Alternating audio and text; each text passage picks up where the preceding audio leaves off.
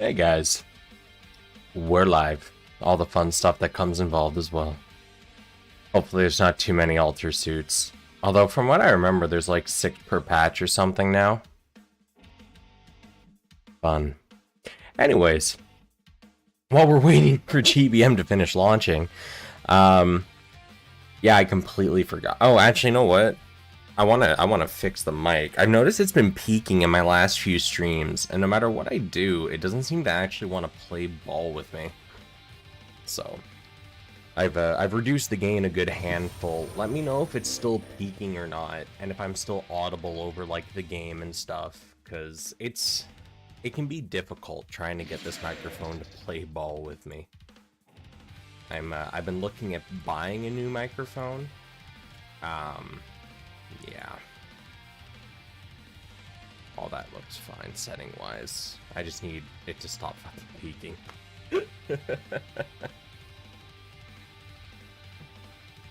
Okay. Got all my login stuff. Now let's go check out the shop. So, as we normally do, we're going to be looking at the new event content, and then we're going to... Oh, you're hearing double game audio? Oh, I see why. Give me a second here. We don't want that. There. Let me know if that's better. I forgot that I had turned on some desktop audio broadcasting, and because of that, it was double capturing, because I have my... So, the way that my setup works, right? Got my phone. And I got my, oh, let me just move my headset here out of the way. There we go. Hopefully it stays out of the way. So I got my phone, broadcasting from the phone to my capture card. Capture card gets fed into my capturing software here. What I've done is so that when I have my headphones on, I can hear what's being captured by the capture card, right? So if I'm playing something from my Switch or my PlayStation or not my PC effectively, I can hear all of the audio without needing to turn on the speakers or something. But because of that, in my capture software, there's 2 audio streams, one for the capture card and one for my actual computer desktop to capture sounds in case a video or a restream or something, right? So, yeah, the power of feedback. Anyways, as I was saying, we're going to do what we normally do, check out the event shop, we're going to check out the gacha, then we're going to check out Twitter videos, alterations, and then I can go and do other stuff. Pow. Easy. Alright. And as I was saying earlier, let me know if my microphone sounds better and I'm not peaking, because I noticed that was a problem with the last few streams, is something went funky with my microphone cap, and I was always like peaking and sounding really crappy audio wise. So let me know if this is better, because I should have taken a few minutes before the stream to sort that out, but I forgot that the stream was even happening until about an hour ago. I'm big brain, let me tell you what. My brain, so fast, it's smooth. Alright. There we go. That's better. Now the seam isn't sitting awkwardly on my head. Okay. Let's get cracking. The Ashura coin. Now I found that actually interesting when I was creating the thumbnail and everything for this, and I saw it's the Ashura of Ash and whatever it was. I was like, isn't it supposed to be Asura, A-S? Like, I guess you can do Ashura, A-S-H. It's like a weird spelling thing. I don't know if they're actually 2 different things, but anyways, enough delay. Denial Gundam. I remember when this came out in the gacha. Oh man, that was a long time ago. That was, yeah, that wasn't the last house I was at. That was a house before that one, because I remember rolling for it on my porch. I remember that one. That was, yeah, it was a heck of a suit when it originally dropped. Aesthetically, I will say I do like the general look of the Denial Gundam. I like the color palette of that, like the metallic steel color, the dark blue. I find that like a really nice color combination. And it just got like the red highlights. I think aesthetically it looks nice. Anyways, Uh, I'm not even going to try to pronounce that, but let's look at the head EX skill here. A minus power, D pierce, bindable cutscene cooldown. As far as welfares goes, this is kind of the standard spread that we would see on them. So, alrighty. 48% armor. Okay, recover. That's good. And raise melee attack of your squad by 29%. So, in terms of power pierce, it's pretty much what we would expect from a bindable cutscene skill on a welfare. This is like the standard A minus to A, you know, kind of in that window. Awesome. To go with that, 48% squad heal. That's huge. That's really awesome to see on a bindable. And the 29% melee attack buff, although it's not the highest that we've ever seen on a support suit, that's fine, because you got to remember this also comes with a really strong heal. So at the end of the day, I think it kind of balances it all out. You got your heal, you got a healthy buff, and it's got big damage for a welfare cutscene skill. All in all, nice. All right, statistically, now the Denial Gundam is definitely much more of the, punchy than it is the shooty, so I'm expecting a lot of melee stats on this, but let's take a look numerically here. Alright, so we have base 1500 melee attack, which is really high to begin with. And then after carryover, we're looking at about 1750 or so, kind of around there. It's not the highest that we've seen for melee welfare heads, but it is very, very, very high up there. So that's amazing stuff to see. Shot, much lower, it's like 2200 change.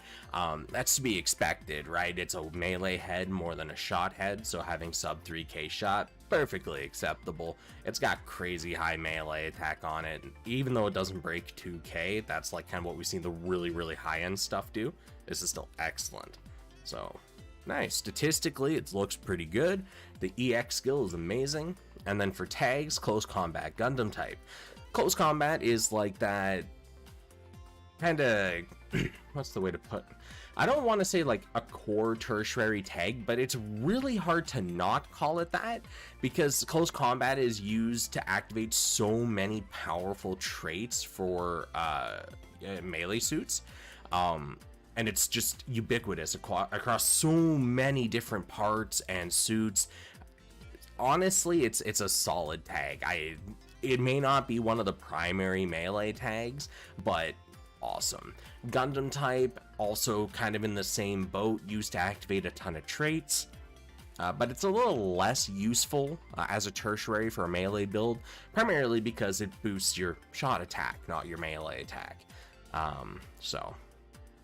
workable tertiaries, absolutely. Overall, it's a pretty damn good part. Torso. The Burning Burst system.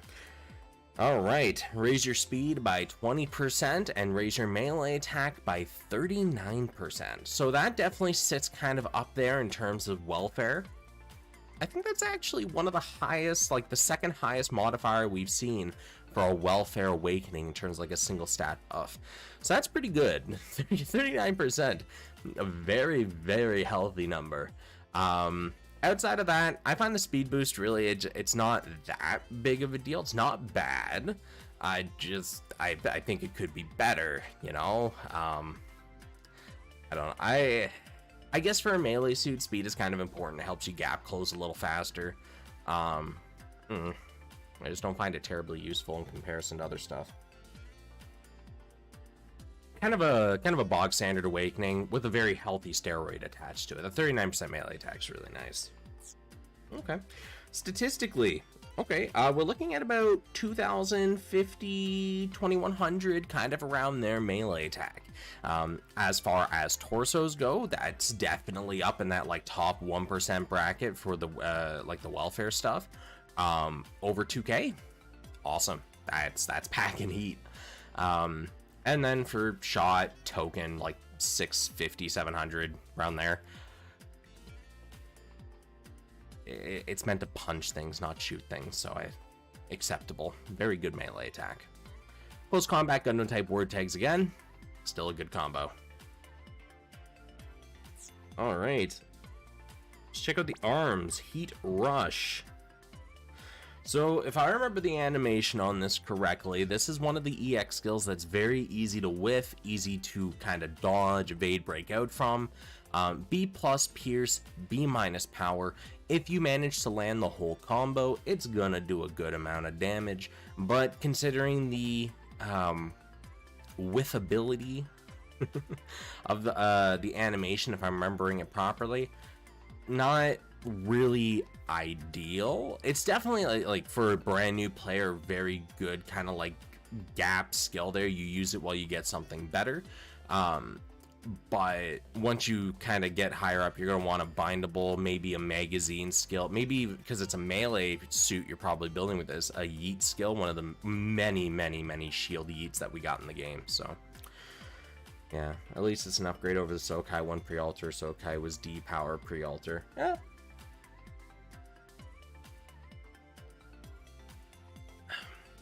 At least this welfare isn't terribly kneecapped in comparison. Good stuff, though. Good stuff. All right. Statistically, okay, cool. So we're like just shy of 4K melee attack. We're looking at 3950 or so, kind of around there. That's a significant amount of melee attack. Doesn't break 4K, like I said, but it's very close to it, so that's really good to see. And then for shot attack, we're looking at like 650, 675, kind of around there. Sure, man, like that. Again, not like it's to be expected. Very low shot attack because you know it's more of a melee suit. Good stance though. Like I said with the EX skill, it really just boils down to not an amazing animation. Outside of that, though, on paper, solid. And then close combat Gundam type word tags yet again. All right, let's hop on over to the legs. All right, not gonna pronounce this one either because wow, I'm not sober enough for that. All right, so the legs EX skill here, D Pierce, B plus Power, very low cooldown too. You get a 19% melee attack boost.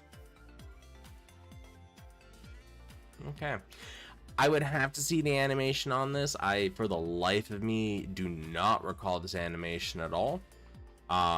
It sounds like something that can be easily whiffed. You make a tornado and then you do a follow-up attack. I don't know if this is like Shining Finger where you do like a dash and like a mini cutscene skill, or if it's just like a saber rush where you just start doing the animation right as you do it, and if you hit, you hit. If you don't, you just do the whole thing and you whiff it. On paper, B plus Power is going to hit really hard. D Pierce not doing it a ton of favors, but this combo, the D B plus, is like the standard for a welfare EX skill with this cooldown. It's literally the combination.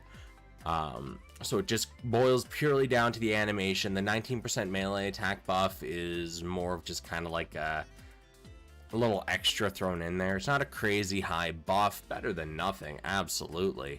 But yeah. Ooh, oh boy. Big yawns. That's what happens, I guess, at 10 p.m. Alright. Is what it is. Statistically, do keep in mind legs and backpack, as far as the main frame parts go, are typically the lowest defensively statted of the entire suit. Typically, we want to see above 1,000 in the primary stat. Going above 1,200 is, you know, kind of nice. Going above 1,400, really good. Going above 1,800 just kind of puts it in that top 1% bracket. Once we see it break past 2K, that's like absolute power creep levels going on there. So let's take a look. What do we got? We got just under 1,700, and then with carryover, we're looking at about 1,950 or so, kind of around there. So that's infinitely close to 2K. That's amazing offensive statting right there. Good stuff. Close combat, we trade out Gundam type for high mobility. That's a more melee-centric tertiary tag with its melee attack bonus. And it still, much like Gundam type, activates a good handful of traits throughout tons of different parts. So still a solid tertiary, not as good as close combat for a melee suit, but okay.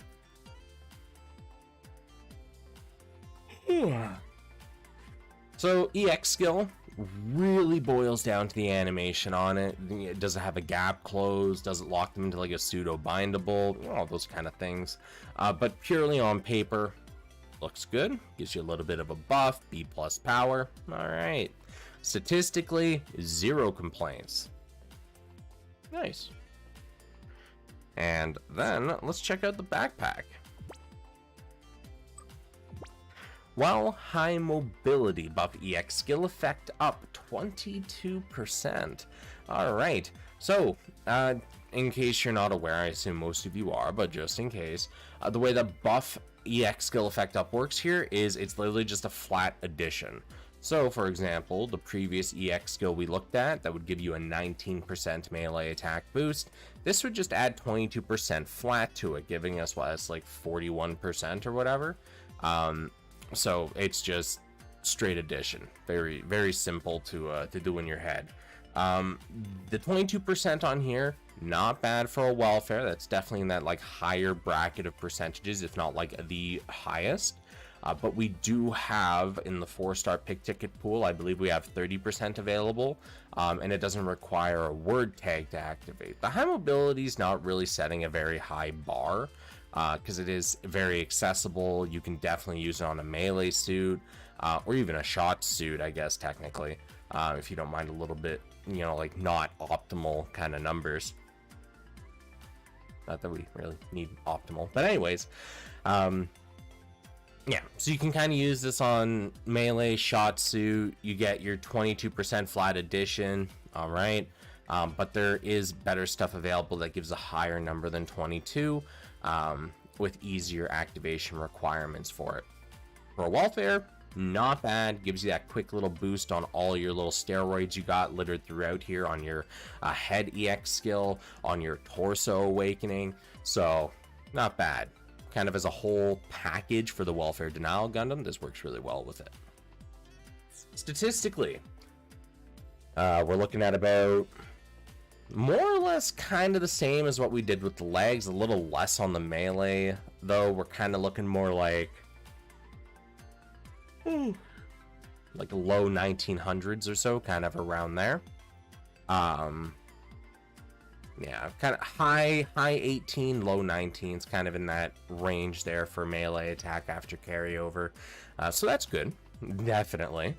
And then close combat, high mobility still. I didn't realize I'm watching 90s TV. The audio is something. If you're talking about the microphone, let me know, because I need to troubleshoot the microphone after this if it's still kind of like crappy audio out. Like I said, I may just need to buy a brand new mic. This one's been with me ever since I started streaming, and actually even before that, so a few years old. I may need to pick up a new mic. I wouldn't want to, because I do like the microphone, but if the quality is just toast, it's just toast.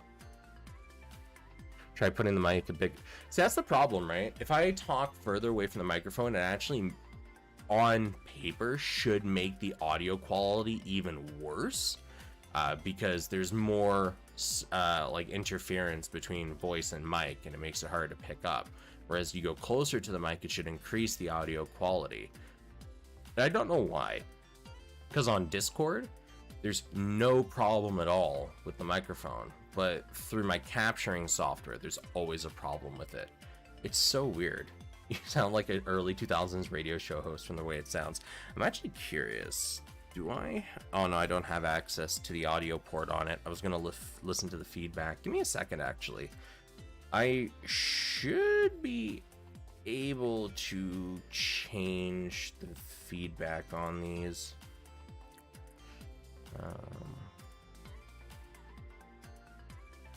So change that to monitor off. Change that to monitor and output. And theoretically, I should be able to hear myself. Wow, that's fucking Oh boy. Give me just a second here.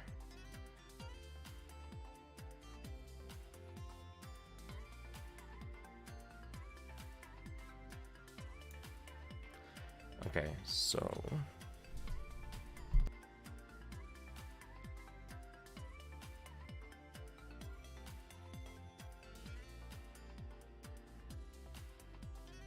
okay. And then turn the filters back on. Is that any better? It's so weird hearing my voice. I don't know if you guys have ever done that where you're like talking, you can hear your voice like just a little bit after you talk and it completely throws you off. Oh. Oh boy.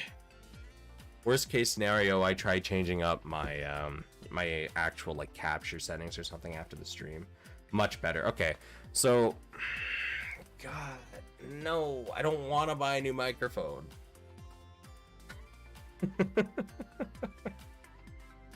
But anyways, if the microphone quality is picked up, that's awesome.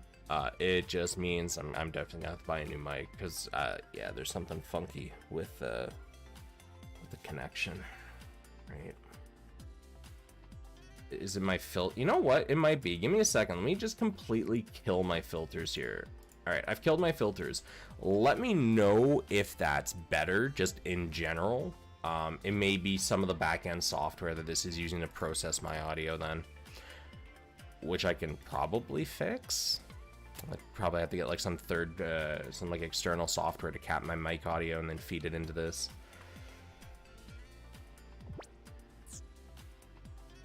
Anyways, as I was saying with the Denial backpack, overall, nice.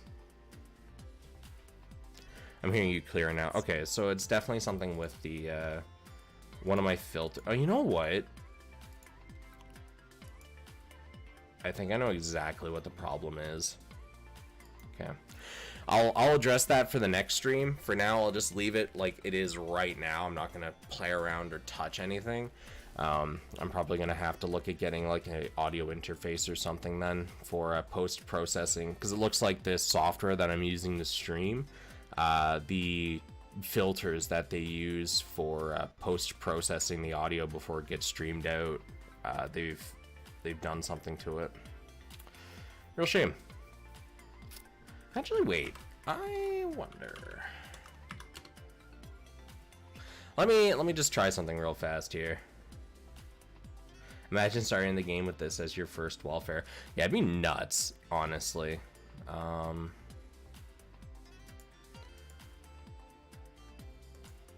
Forcefully cap that. And am I able to add that as a source? Audio input, I believe it should be.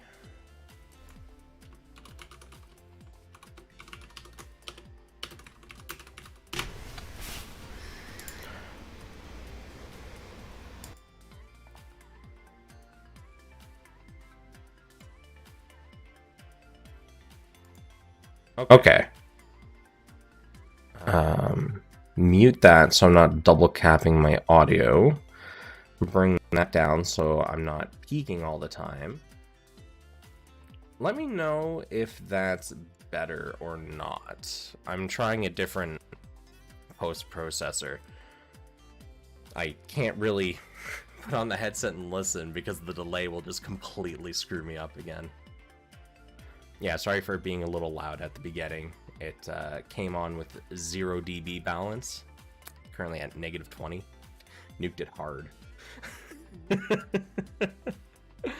I really need to go sit down and just play with my audio settings on this for a while. It's better? Alright, cool. I'll just leave this running for now, and I'll look into addressing it for the next stream. Anyways, overall, the Denial Gundam statistically packs a punch. Dum tisk. Get it? Denial Gundam punches things. Haha. Beyond that, it has some really nice EX skill access, good awakening. Overall, yeah, for 5 parts for a suit, pretty good.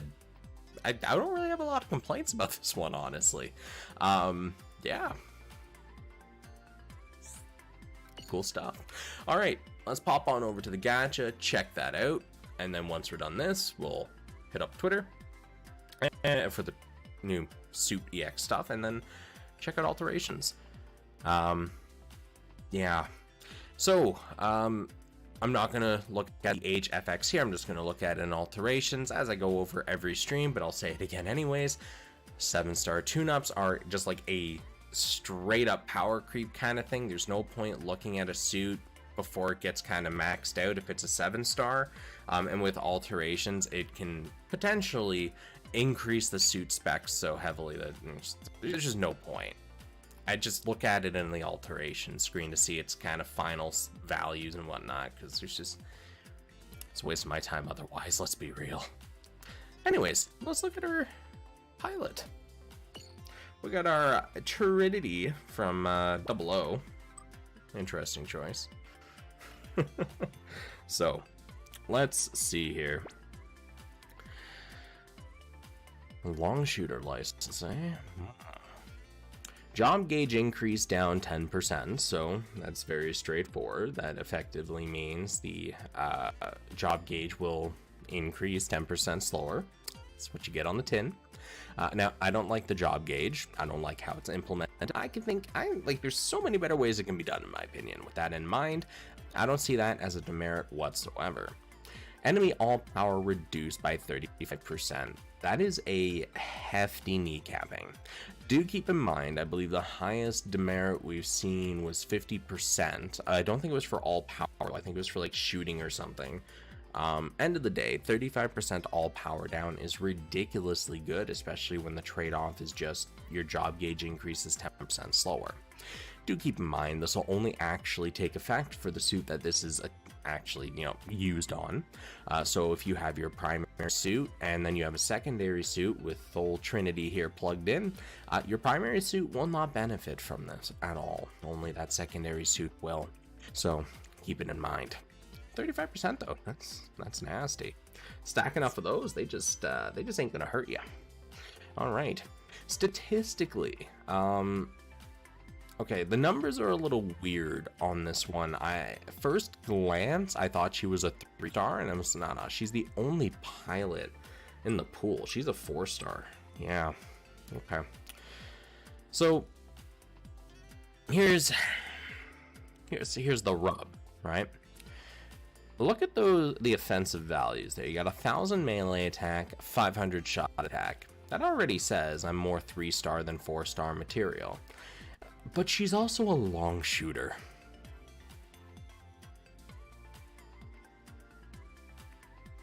What?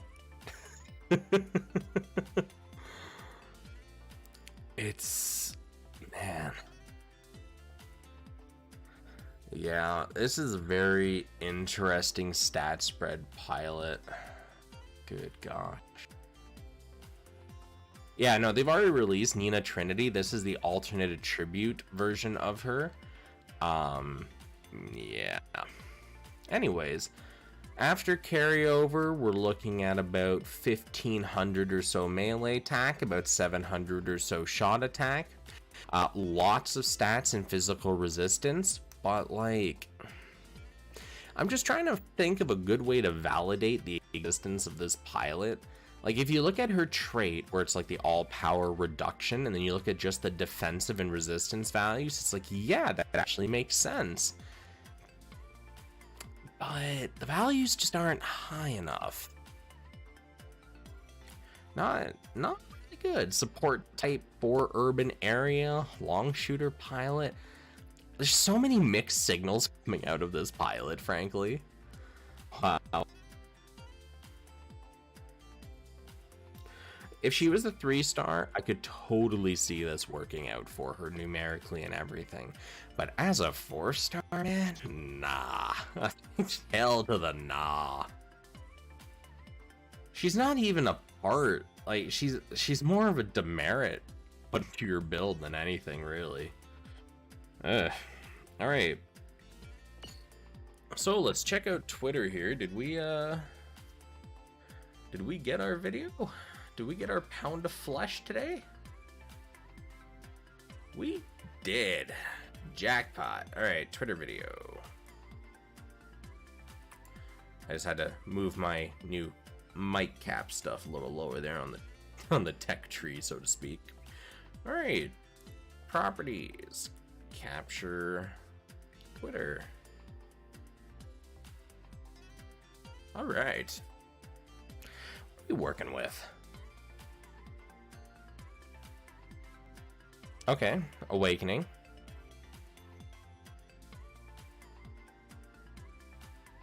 I really hope that's a melee funnel. It's a kamikaze melee funnel too, okay. And then a cutscene.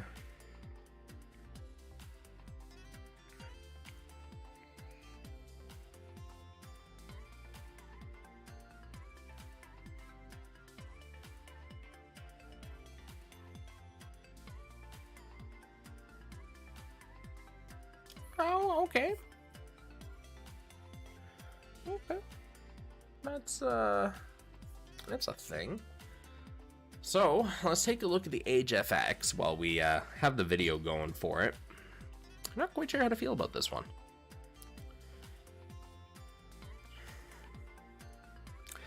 Well, let's start from the head. For anyone that hasn't seen me go over alterations before, very quick and dirty. I'm not going to look at the the parameters whatsoever, especially for 7-star tune-up parts, as the numbers are more or less like hand-tuned for every single individual part. With that in mind, it's safest to assume that every single 7-star suit is a power creep from the last ones that came out. They're just going to be better than every other part that isn't 7-star by default anyways, so... I will look at the part trait / EX skill, as those are always guaranteed to get some kind of boost or benefit once a part is alternated. Yeah. Pretty much how alterations go. Very simple and straightforward. So, let's take a look at our Age FX noggin. While Pro Tag, initial EX skill charge boosted by 25%. Okay. 25%, definitely good value. I believe we've seen that go up to 30% before, so okay. Not best, but definitely very good, especially considering Pro Tag is like one of the primary tags for melee builds, and based on the general aesthetic and whatnot for the suit, pretty sure it's going to lean into that melee thing a little bit, so works out. And while Pro Tag, enemy EX skill damage plus 50%. This translation is very misleading for anyone that's never seen it before. It doesn't mean that the enemy is going to be doing 50% more EX skill damage. You are going to be doing 50% more EX skill damage to the enemy. Welcome to translations. They're okay in this game at best. Very confusing at worst. Anyways, the way that the battle formula works, to our understanding, there are 2 types of damage buff style traits. One is, for example, EX skill damage boosted 50%, and the other is enemy EX skill damage plus 50%. Functionally, they do the same thing. In the battle formula, though, they go in 2 different areas of it, meaning if you just stacked all of it to be, EX skill damage boosted 50%, it would work. But if you took a few of them and put them onto the other side of the formula, like this one, the enemy EX skill damage plus 50%, you would do more damage at the end of the day. Not a ton more, don't mistake like it's going to be some huge colossal difference or anything. It will be noticeable. So it's nice to kind of have a healthy split of the 2 types of damage boosting, if you can. If not, honestly, it doesn't even matter. We can clear all this content anyways. Overall, I do kind of like the way that these work together.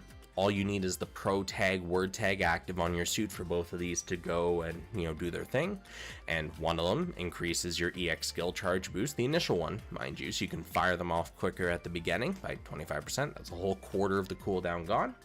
And then it also makes it do an extra 50% damage. That's nice. Works together quite well. Okay. Did the chat die again? No, it slipped my mind. I've been busy this last week. I never got around to double checking fixing the chat box, but I'll probably end up doing it tomorrow during the day. Grand Blue just had a big patch drop, and there's a whole bunch of new stuff I need to farm up, so I'll use my full auto farming time on that to punch out the little bit of software I need for the chat tracker. Yeah, very interesting traits on the head. All right, let's pop on over to the torso. I'm kind of at a middle ground with replacing my shooter build main chest, which is the 1/100 strike norm with the newly straight red dragon. Honestly, it's all just kind of like a crapshoot all the way down, because even if you invest in one of those two parts and slap it in your suit, very high chance it'll get power crept in the next 2 to 3 months anyways, right? So look at all of it as either kind of a, what's the word?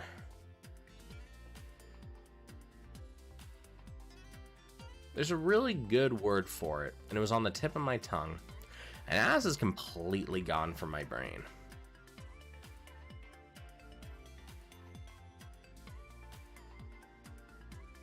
Temporary. That was it.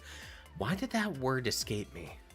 Anyways, look at it more of as a kind of a temporary upgrade than anything, because if you're going to constantly be upgrading your suit chasing numbers, you only got a couple of months before you got to do it again. Alright, HFX Torso. This is the awakening that we saw. 20% speed boost, 49% melee attack boost, 39% beam resist boost, and resist flinching. The 49% melee attack boost is the third highest modifier that we have in the game for melee attack boost, second highest being 54%, and the highest being 59%. Yeah, so that's pretty solid, actually. The reason that 49% is, still okay considering, it's because it also gets the speed boost and the beam resist boost. Typically, whenever you start seeing more than one type of boost on a awakening or EX skill, everything kind of starts suffering and the numbers kind of go down overall. It's kind of splitting the values up. If it was just a melee attack boost, I would 100% expect a 54% or a 59%. But with the speed boost, the beam resist boost, 49%, nice. Solid stuff.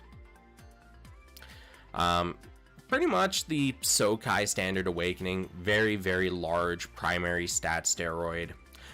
Speed boost, resist flinching. The beam resist is interesting. Could be worse, I guess. Yeah, not bad. Good numbers. Arms. Burst slash double S minus power D pierce bindable EX skill. Alrighty, let's find your animation here, champ. That's the legs, that's the backpack. There. Alright, so it's this one. Good old flashy boy.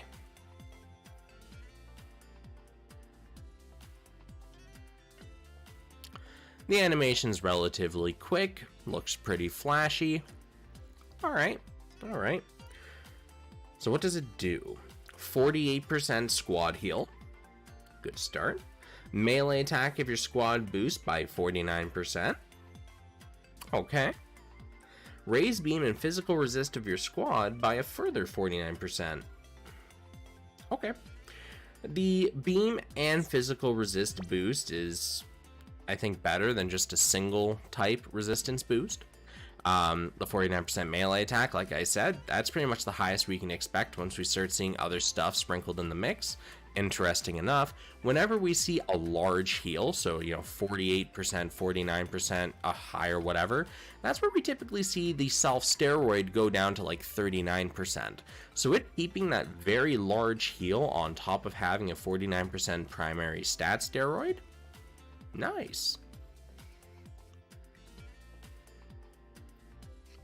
So, double S minus power, bindable, heal, huge main stat steroid. I have no complaints. Powerful.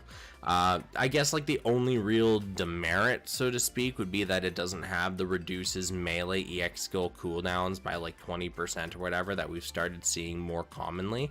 But that's acceptable, honestly. If everything had that, that'd be kind of ridiculous. Alright, let's check out our legs. That is the C funnels. Alright, that's the one I asked earlier if that was a melee funnel. Someone said they absolutely are, and they are correct. So these, from what I can see, are kamikaze physical melee funnels. Once they've hit the target, they disappear. The reason I say that is we saw multiple impacts on that first suit. I think we saw, what, 3 impacts here? 1, 2, 3 impacts, and then out of the 4, only 1 remains zipping around. So in order to get 4 clean hits out of these, they will use the melee modifier instead of the shot modifier. Now, some of you may know, I am very, I'm not going to say very vocal, not anymore, but at one point I was. But I'm still vocally against shot funnels, just because they're not really that great in their current form. Shot funnels rely on the amount of funnels that you shoot out to determine whether or not you're actually going to get damage values worth the EX skill slot, the time it takes to do the animations and everything. Because if you were using like the new Verka that has 4, 6, some lower number of funnels that come out, you'll do a good amount of damage. But if you're using something like Kshatriya, which has like 12, 14, 16, some ridiculously high number in comparison, your damage output's going to be a lot higher on the Kshatriya, because what'll happen is they'll buzz around. After a few seconds, they'll all shoot their shot, and then they'll go buzzing around again, and then after a certain amount of time has passed, they'll all shoot their shot again. The problem is it doesn't scale properly, so if you have less funnels, you will just do less damage. If you have more funnels, you will just do more damage. It's a very silly system for shot funnels. Melee funnels do not suffer from this. They literally just slap like trucks, and it doesn't matter if you fire 1 funnel, 4 funnels, 20 funnels, they will just slap very, very hard across the board. It's just the way it goes.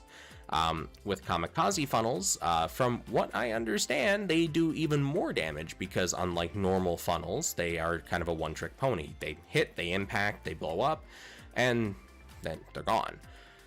With A+ Pierce, A+ Power on melee modifiers, this is going to slap ridiculously hard. So, why do they disappear? It makes no sense lore-wise, and the originals don't disappear. Game balance? I don't know. Yeah, the Moon Gundam plates. That's why the Moon Gundam backpack is so ridiculously good, in case you weren't aware. They use the melee modifier. They just shred. Keep in mind, funnels ignore terrain. Funnels also are very, very good at sneaking past enemy shields if they decide to block when the funnel's flying at them. Because, you know, you'll have one in the front and then one behind you, and they'll both fly at you at the same time. You can only block one. And it's gonna hurt. Funnels are nasty. And I really wish that they fixed the shot funnels, because in lore, funnels are absolutely one of the most threatening things that you can ever be faced against. They will shred entire enemy, like our fleets, no problem. Armada's gone. Funnels, Dragoons, bits, just absolutely delete stuff. In this game, they're more of a minor annoyance, which is really depressing. And then the melee funnels just kind of kick down the door Kool-Aid Man style and destroy everything. It's a little weird. But anyways, these leg funnels, on paper, ridiculously high value. A+ Pierce, B+ Power, ton of damage, tons of ignoring on the enemy defenses, resistances, the whole 9 yards. Because they also explode, that's also further, I guess, value to them, as they are going to be much more burst damage oriented. If you're fighting a ton of enemies, not the best, because you're only going to get 1 enemy per funnel, if not, you know, more funnels per enemy kind of thing. But if you're fighting a boss, if you're fighting a single tanky opponent, yeah. Been a few years and they never addressed funnels. They never will at this point. Look, man, I can dream. I can hold that dream that they'll eventually balance funnels out and make them awesome again. Like when the game first launched, they were pretty nice, but they fell off kind of quick, you know, a couple of months, and they were more or less useless. But it's what it is, right? Like alternatively, if you think about it, if they went and balanced beam funnels to be as good as, or not beam, if they balanced shot funnels to be as good as melee funnels, we would have a real problem. Because Yeah, there's a lot of funnel in this game, and yeah, I could get nasty real quick. So it's kind of a damned if you do, damned if you don't scenario, I think. Shot funnels are kind of wonky against fighter build. They would just charge you before the funnel can even fire, from my experience. So that definitely has to do with more than just, because you gotta remember, right, if you're gonna be all-inning on shot funnels, you're going to want to complement that with other EX skills and traits that will help benefit it, right? One of the big things, you'd probably want to look at some kind of EX skill that paralyzes the enemy, locks them down, heavily increases your defense, or is a counter bindable skill to stop them from shredding your face. Because do remember, even if the enemy is trapped in an animation, your funnels can still hurt them as long as it's your animation. The funnels can still absolutely pelt them apart. That's something to keep in mind. They are able to break EX skill animations that can be interrupted by fire, and because they work independently, the enemy has no way to stop them once they've been launched out, so they're forced to use bindable EX skills or something that has full iframes. There's a lot to consider. So defensive funnels is kind of unique. Yeah, you could do like a 3 funnel EX skill build, which would be fucking hilarious. When was the last time we heard from the developers? That's a good question, actually. When was the last dev letter? That was a while ago, wasn't it? It didn't help that every single shot funnel until the new Xeon bank was D-power. Yeah, that too. Anyways, leg EX skills on the HFX. Good stuff. Move along to the backpack. C funnel rush. All right, where's our backpack on here? That's torso. The next one should be backpack. Yeah, okay. So let's take a look at that backpack animation. You get your dash, you hit the enemy, you run into him a few times, and then you smack him with the funnels. Okay. Raise melee attack of your squad by 19%. All melee skill cooldowns instantly down 23%. A- pierce, A- power with a low what the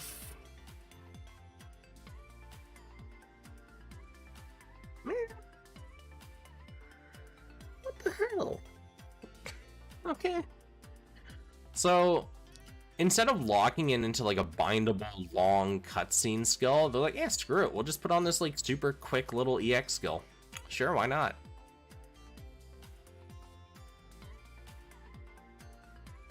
All right. A- power, A- pierce. It's going to do a lot of damage, ignore a lot of defense and resistances. You get your little melee steroid, cooldown reduction. No real complaints. It's a good EX skill.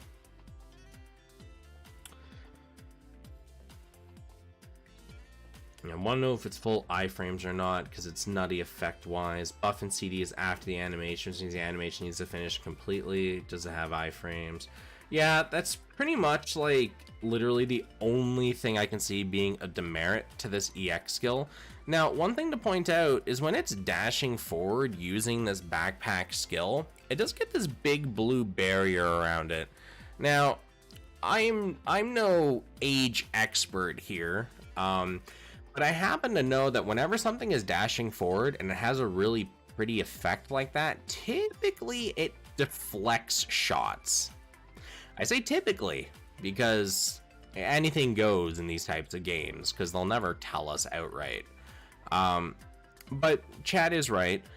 If this has iframes during the dash, if it has iframes after it hits the enemy, this is an absolutely ridiculously good skill.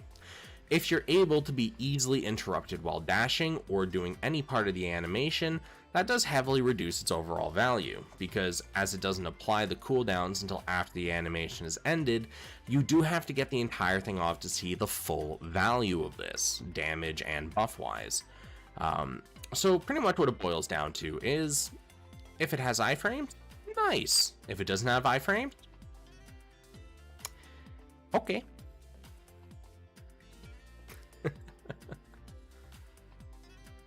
That's the original, just a straight dash, burial tackle. Yeah. I really wish they would give us like an in-game viewer for these things, or give us more details on the skills, because there's so many questions that we have about them that are just aren't answered until you get the part. But it's like, I don't want to use haro chips on getting a part until I know exactly what it does, whether or not it's actually worth it, you know? All right, the Stungle rifle. God, I hate that name so much. With rifle category equipped, enemy shooting power reduced by 90%. That's significant. And with rifle category equipped, squad funnel time up 80%. So, this weapon, I would almost say, would do very well on almost all melee funnel builds purely because of the funnel uptime. If it was a shot funnel, not really worth it. But because of how much damage melee funnels can output, almost doubling the duration time of it is kind of bonkers. The enemy shooting power reduction's also really not that bad. Yeah, that's a significant cut when you think about it. Okay, for melee funnel comps, that's something to consider. Outside of that though, that's like support suit tier.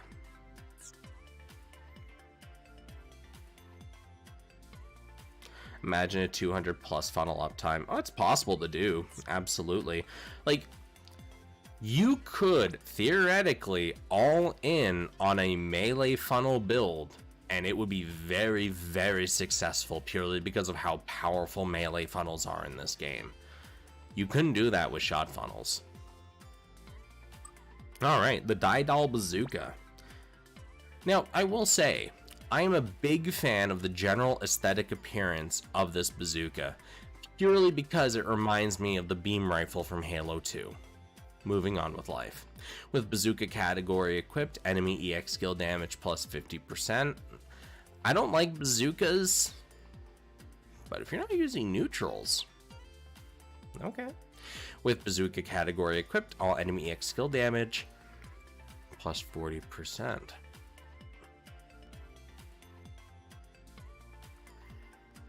If you are not using neutrals,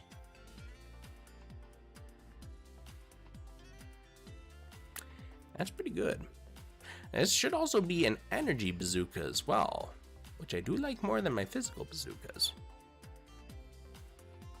I like you. I like you. I'm actually okay with this bazooka. Weren't they supposed to add that EX skill viewer preview in the last patch and never did? They never promised it was coming out in the next patch. They just said that it was in the pipeline, or similar words.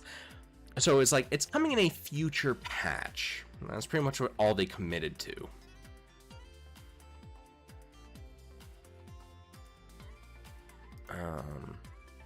Sorry, I'm just renewing a Gram Blue raid here. I have a lot to start farming in this game, so the last couple of weeks have been harsh. Very, very harsh. And okay. Anyways, that's a really, really good bazooka, all things considered. Those ranged weapons, both of them, are very, very comfortable on like the activation requirements and like what they do. So that's nice. Great. Now, let's take a look at our permanent alterations. We got 6 fresh ones in here. Now, unlike the limited time alteration there, the Age FX, this is going to be a lot quicker, primarily because the first trait on the overwhelming majority of these permanent suits is something from many, many years ago. And because of that, most of the time, it's more or less going to be a wash kind of trait, because these aren't, 5-star Sokai limited parts. These are typically welfares. These are, not super limited suits or anything. So mostly the second trait or buff DX skill is kind of going to be the big draw here. But let's see. We'll start with our... Wait, is it really the Wing Gundam? Huh. Yeah, okay, cool. We'll start there then.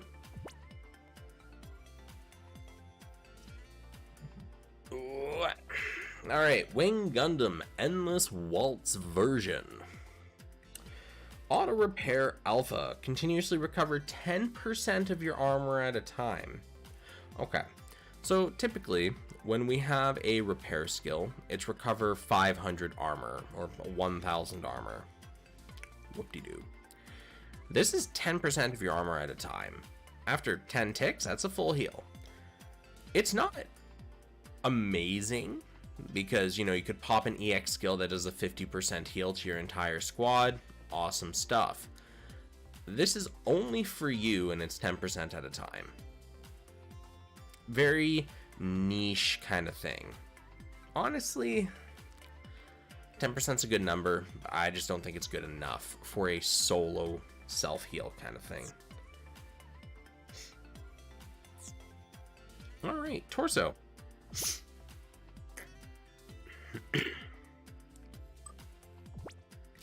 The Machine Cannon. A Pierce B Power 11 magazine. It's a standard shot magazine thing. I believe this is the one with the larger projectiles that actually flies like across the map kind of thing. In which case, awesome, no real problems. If this is the machine cannon that sprays a whole bunch of stuff and goes kind of a short distance then disappears, garbage. Again, I really wish we had like an in-game animation viewer for this stuff so I could quickly just reference it. But this really depends on the type of bullet. Because when it comes to shot magazine skills, you got stuff like the Strike Noir backpack, where it fires 2 shells very, very accurately across most, if not all of, like, I think every map in the game. And that's really good. And then you have stuff where you fire the magazine, it goes like, you know, 20 feet in front of you and then just disappears into the void. And if you're not close enough to your enemy, you've just wasted your EX skill charge. And typically they fire a bunch of bullets, meaning you miss any of them and you're losing a significant chunk of damage out of it. Yeah. What can I say? On paper, looks dope. It's kind of the bog standard upgrade you'd expect to a magazine EX. Alright, the Wing Gundam Arms. With power attribute self, shock guidance boosted by 17%. Shock guidance, so if you're at a certain distance from an enemy and you use your ranged weapon, it's going to fire a projectile. Shock guidance is how much extra left or right sway it's going to get after you fired to kind of have soft homing in on your opponent. 17% boost, minimal, really won't affect too much. The game already has a bunch of autocorrect in place to help you land your shots more often. Yeah, not really that great. And then the new trait is long shooter job, shooting power boosted by 40%. Compared to the first trait, that second trait's an absolute home run. That's something that we would normally expect to see on a Sokai slash limited suit. Long shooter jobs or dime a dozen, no problem at all. Shooting power boost to 40% is a very high number.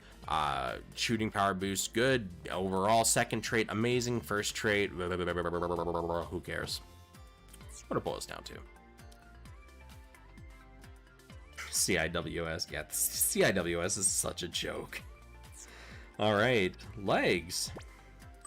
While Transformer, enemy EX skill power reduced by 30%, and while Transformer, enemy shooting damage boosted 40%. The first trait, okay, but again, it only affects the suit this is equipped onto, so it's really a mileage may vary. I wouldn't put this on a primary suit, this would 100% go on a secondary. While Transformer, enemy shooting damage plus 40%. Transformer, very easy word to get access to. It's on a absolute, like, ton of parts. The shooting damage boost, much like on the previous part, good. First trait, though, kind of kneecaps it, same with the arms. But considering this is not a, you know, super limited Sokai or anything part, alright. Wing Gundam Backpack with rifle category equipped, shooting power boosted by 30%. Rifle category, dime a dozen. We have so many rifles in this game. Shooting power boost at 30%, not the highest that we've seen on non-Sokai limited parts, but still nice stuff. And with power attribute, buff EX skill effect up 30%. I already talked about how the buff EX stuff works. The power attribute activation, very easy to do. 5 or more parts on your suit of the power attribute, bada bing. I don't like them that much. I find that it kind of restricts what you're able to build and use, because you know, you got to be power attribute, meaning you're feeding into the you're forced to feed into the triangle. If you're against something that's superior to you, you're just going to have a rough time. But again, mileage may vary, depends on your build. 30% up steroid, like all your steroids, that's a good healthy number. So that's that to keep in mind, along with shooting power boost. So acceptable.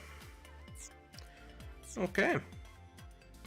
Let's check out our weapon here. Max output buster rifle. A+ pierce, B+ power.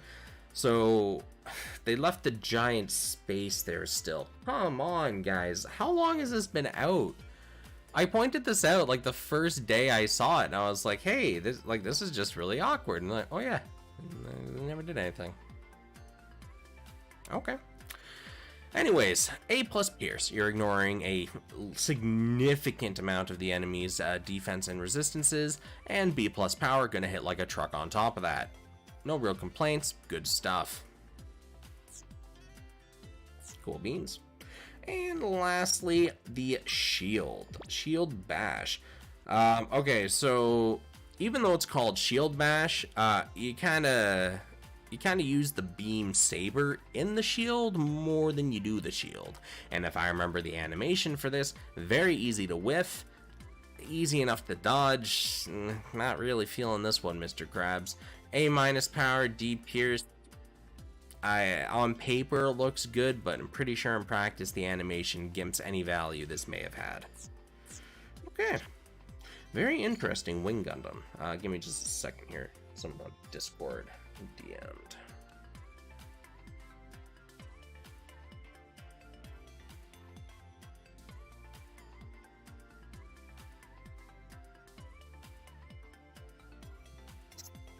Okay, back to this. Let's check out the crossbone. Which version of the crossbone are you? The X1 Kai Kai.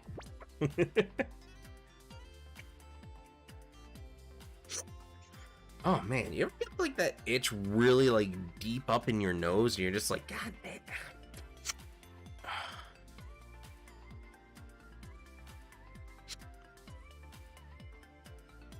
Okay, it's gone.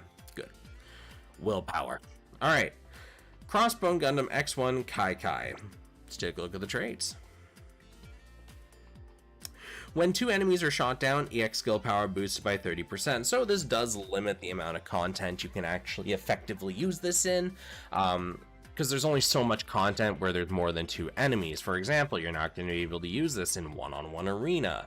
You're not going to be able to use this in multi-missions where there's only one boss. All those kind of little things, right? But for most content, it has more than a couple of enemies. You'll face a few mooks, and then you'll get you know, the big kahuna boss wave or whatever, and this will be pretty handy on that. You get your 2 enemies shot down, you get that little boost, but again, only useful on content where there's more than one or more than 2 enemies. And the new trait, while high mobility, melee damage output boosted by a flat 800. It's fucking useless. Moving right along. Torso.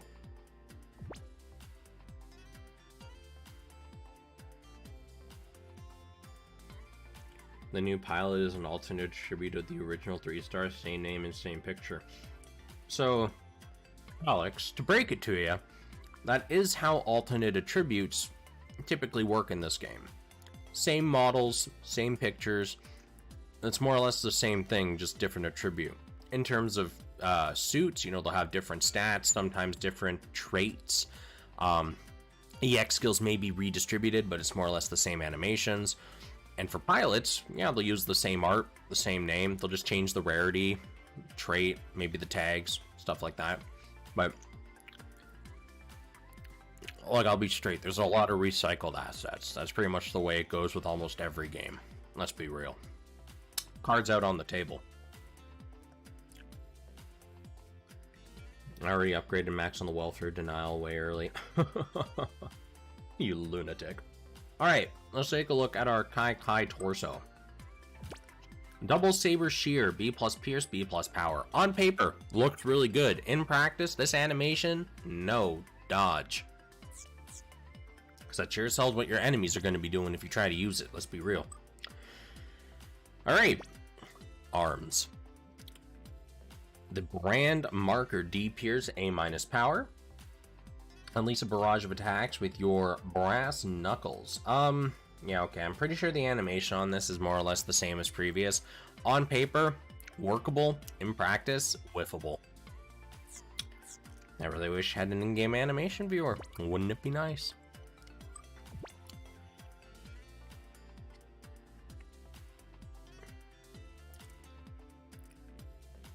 So, Skull Heart Shot. D Pierce, S Power. Launch a combo attack using the daggers in your souls, blah blah blah. 48% heal, and melee attack of your squad boosted by 29%.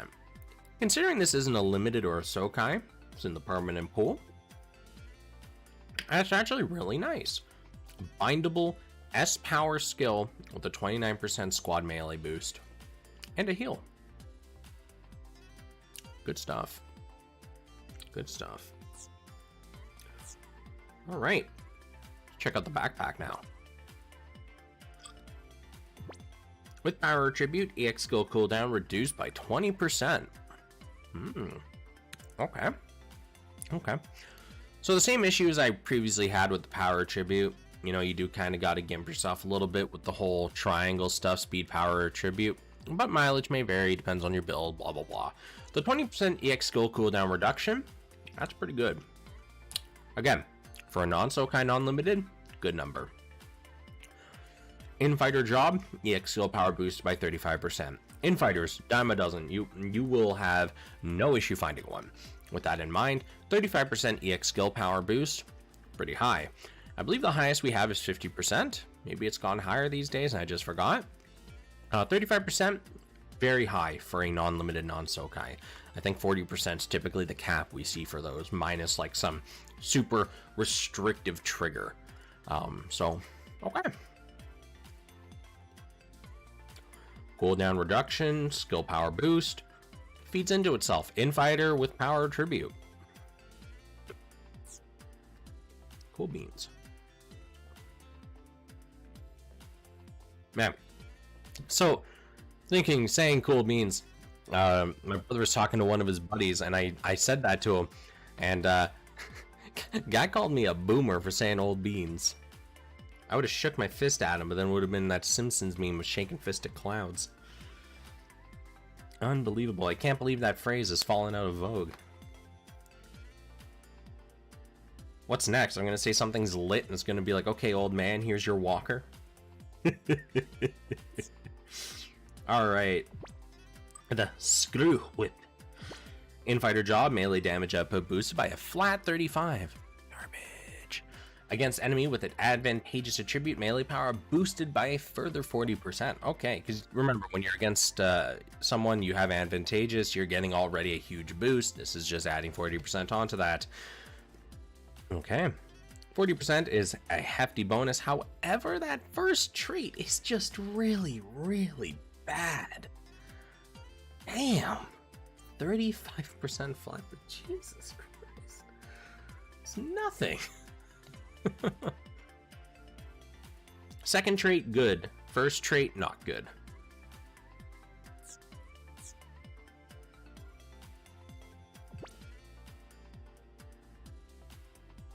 Did get a hefty melee buff added on. The problem is it's ICD on the leg, EX. Only CD on backpack. I think outside's okay. Okay. Peacock Smasher. Let's take a look at this sucker. S Pierce, C Power. Okay, so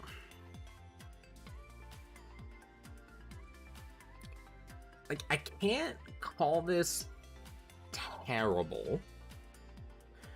I think this is like the only S Pierce EX skill in the game. I think if there's more than this, there's like less than 5. Very rare. C power. Typically, I'd look at this and go complete waste of time because C power. But with S Pierce, technically, might that work out to like B minus B power? Maybe.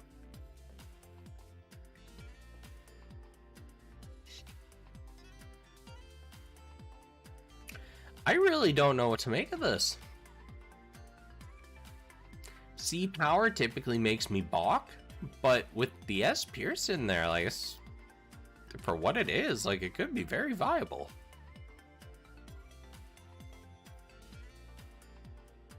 Honestly, I just don't have enough data to really make heads or tails of this.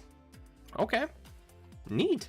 That's what I'll say. It's heckin' neat. Alright, and our shield, the cloak. When armor is 60% or more, enemy shooting power reduced by 30%. Okay, pretty straightforward. Have more than 60% health, 30% shooting power reduction for the enemy. Only works on the suit this is equipped onto. And before 40 seconds pass, enemy EX skill penetration reduced by 80%. So for the first 40 seconds of a match, effectively EX skill Pierce has 80% reduced effectiveness. Really useful if the enemy is packing an S Pierce weapon.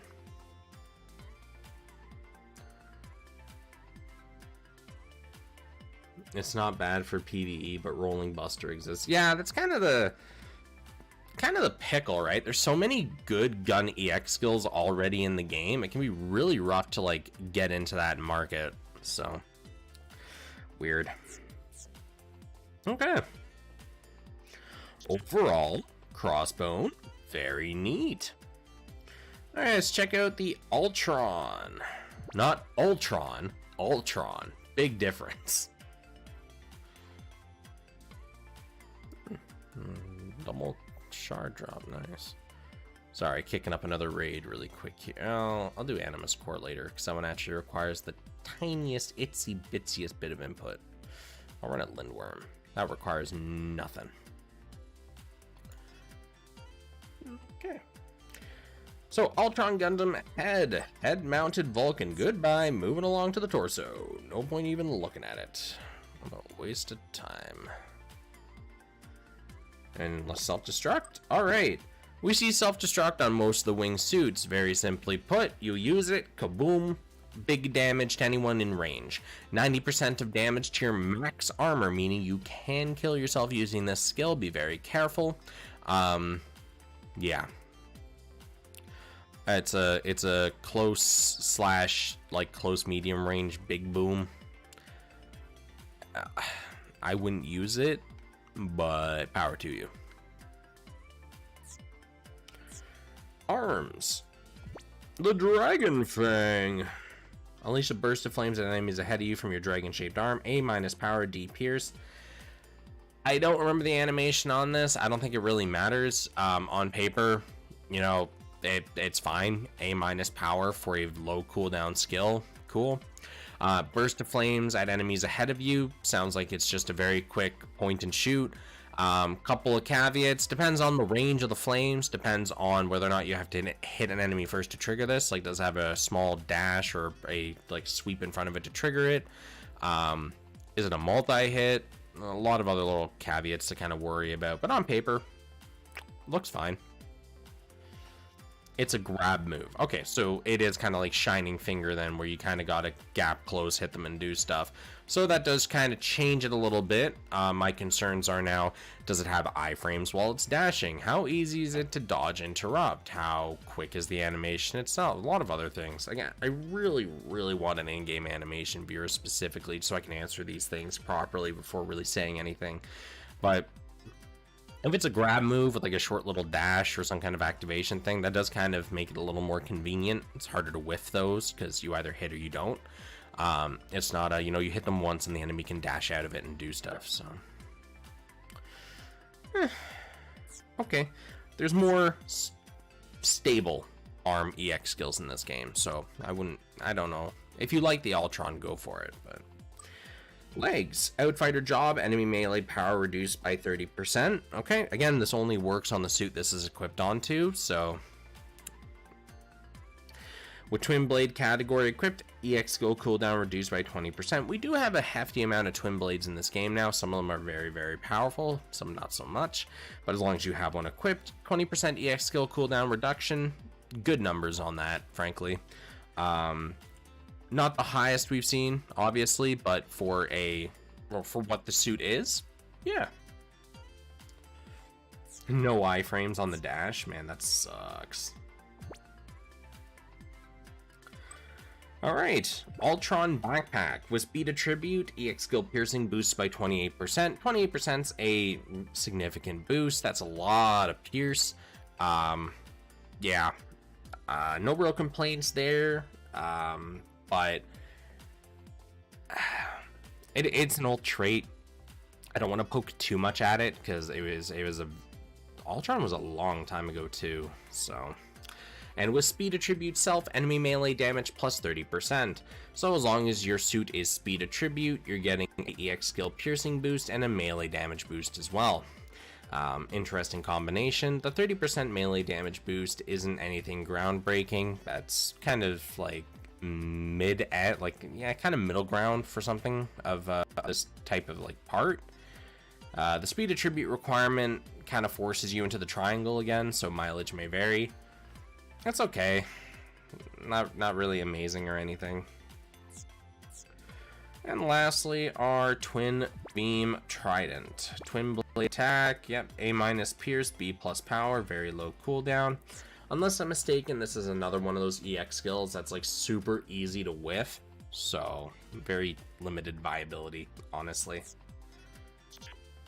Alright, let's check out our Blast Impulse Gundam. I remember... Yeah, I believe it was Eason that was hyping the absolute crap out of this, because she loves this suit. Honestly, I like the general like silhouette frames for Impulse. The sword frame, mint. The blast frame,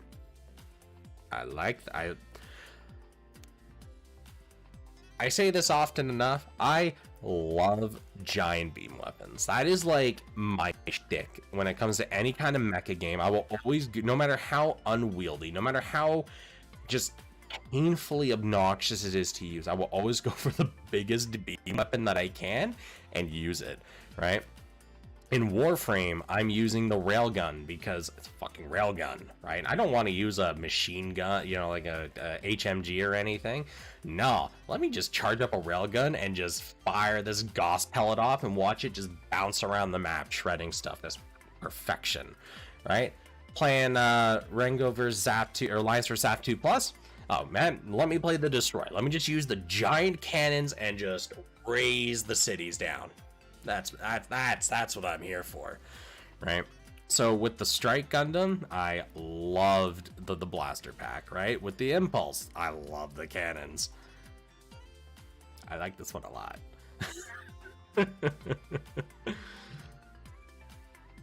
Yeah. Anyways, so Blast Impulse. Melee attack down 10%, so your melee attacks are going to be 10% less effective, 10% less damage, whatever you want to phrase it. Shooting crit rate boosted. Crit rate's a joke, ignore it, go worthless. Long shooter job. Well, those are a dime a dozen. Enemy EX damage plus 30%. 30%'s okay for this type of suit, but considering the first trait's an absolute write-off, if you really like this suit and for some reason don't have a better trait set for the head, 30% EX skill damage, that's not terrible. So that first trait's really bad though. Alright, Torso.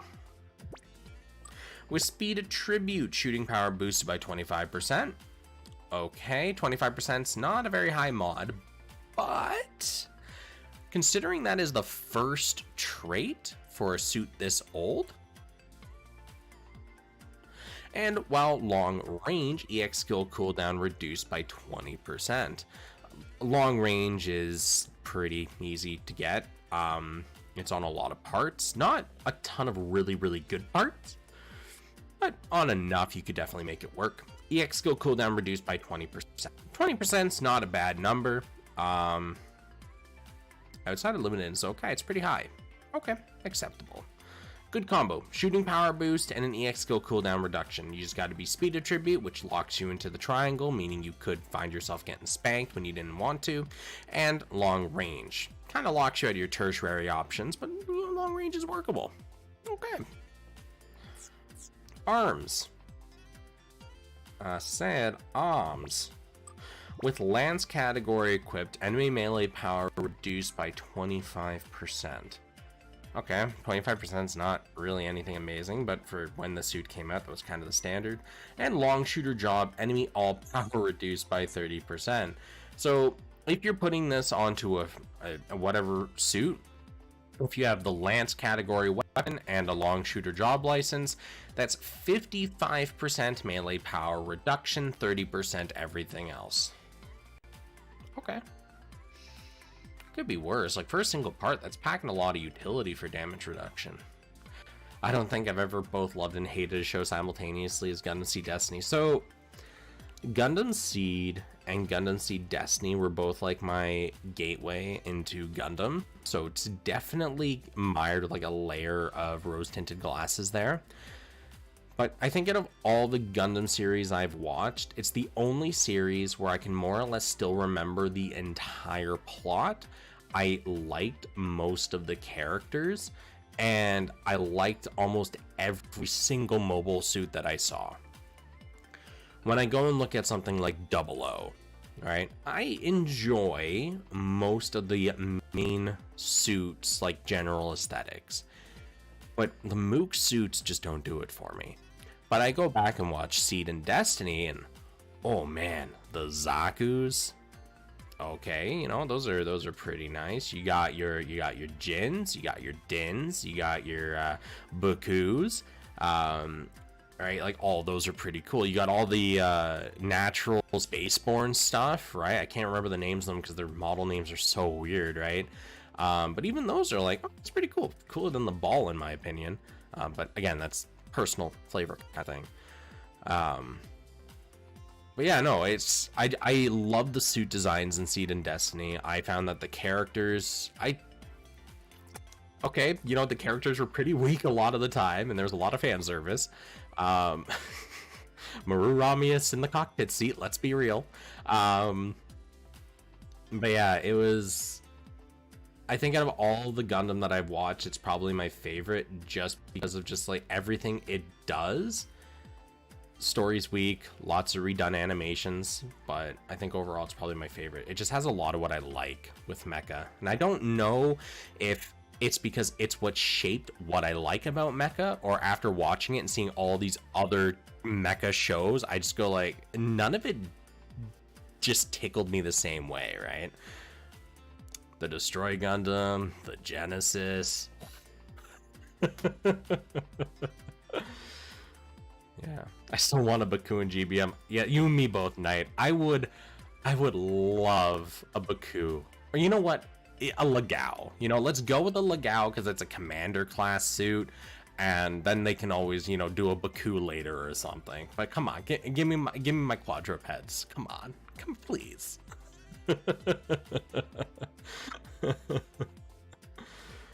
I got into the series from Build Fighter, and that's fine, right? Like, don't let anyone shame you for where your entry point was in a Gundam. It's like, oh, I watched the OG Gundam. It's cool. You know, I watched Gundam Wing. All right. You know, I got in on 00. A lot of people did, honestly. I can't blame them. It had decent writing, and for the art style at the time, it was top notch. I can see a lot of people biting in to go, like, you know what, maybe I'll give Gundam a try. This looks pretty good. Versus, you know, looking at Wing, you know, in like 2015 and going, I don't know if I want to watch this. Genesis and Requiem at the same time. Yeah, no, Seed and Destiny just like hit the right notes, I think, for scale and like at a micro level. You follow the characters along, and you got really invested in them in the first, you know, Gundam Seed. And then in Destiny, you got to see the repercussions of the first season. You got to see the grown up forms of most of the characters from that first batch. You had those plot twists where characters you thought were dead actually weren't, which, okay, you know, you kind of caught on after like seeing it a few times. You're like, wait, I know you. Then the big reveal was kind of like a whoo.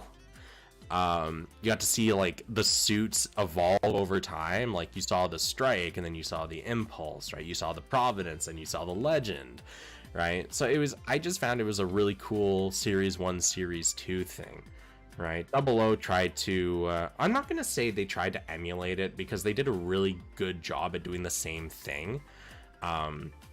To say it would emulate it would make it sound weaker, and it really wasn't. Watching the suits evolve and the characters kind of grow up in the same vein, season 1 and 2, that was also really well done. But I still prefer Seed Destiny. You want the blue duel to feed them. Dude, yeah, I like Strike Noir, but can we see like Verd Buster, Blue Duel? Like, can we see some of these like really cool limited suits? Like, what? We got Hanenfu's suit, but we still haven't got like the rest of Stargazer. What? Did they announce we're gonna get a 3.5 anniversary yet? I don't believe so, no. In the case of Providence, I feel like the Legend was a downgrade. The Providence was so much more menacing. I think the Providence was much more terrifying, for at least for me, for a couple of reasons when it came to the story. One, the backpack on the Providence was so much more intimidating, because it was just one big solid unit with like the Dragoons jutting out. It just like, it was a giant slab of Gundam, right? And then you go look at the Legend, and it's a much more streamlined, futuristic, modern backpack. It's like, it makes sense. You're just a lot less menacing. You know, it's like if Darth Vader kind of just slimmed, you know, like 50 pounds off his suit. It's like, you're still kind of looking menacing, but not as menacing as you used to. Right? And the other one was the just the Providence when it was first introduced, right? That was the first time you really seen the bit/Dragoon things outside of LaFlaga's Mobius, right? Destiny had a lot more bits and Dragoons and stuff going around, but in that first part of the series, you really didn't see much, if any, Dragoons or bits. So the Providence coming out of nowhere, looking menacing. It's the Guardian of the Genesis. It's got Dragoon. It's like, oh, slow down there, buddy. You're bringing a lot of heat. Right? And then in Destiny, it was kind of like, oh, you got Dragoons too? Neat.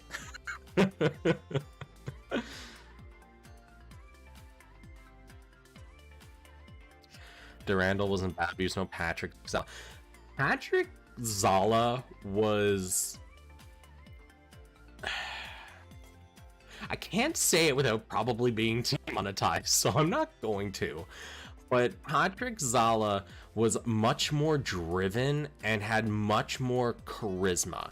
He was definitely more of a, you know, we're doing this for the sake of the plants. There is literally no other way we can go. We have to do it this way.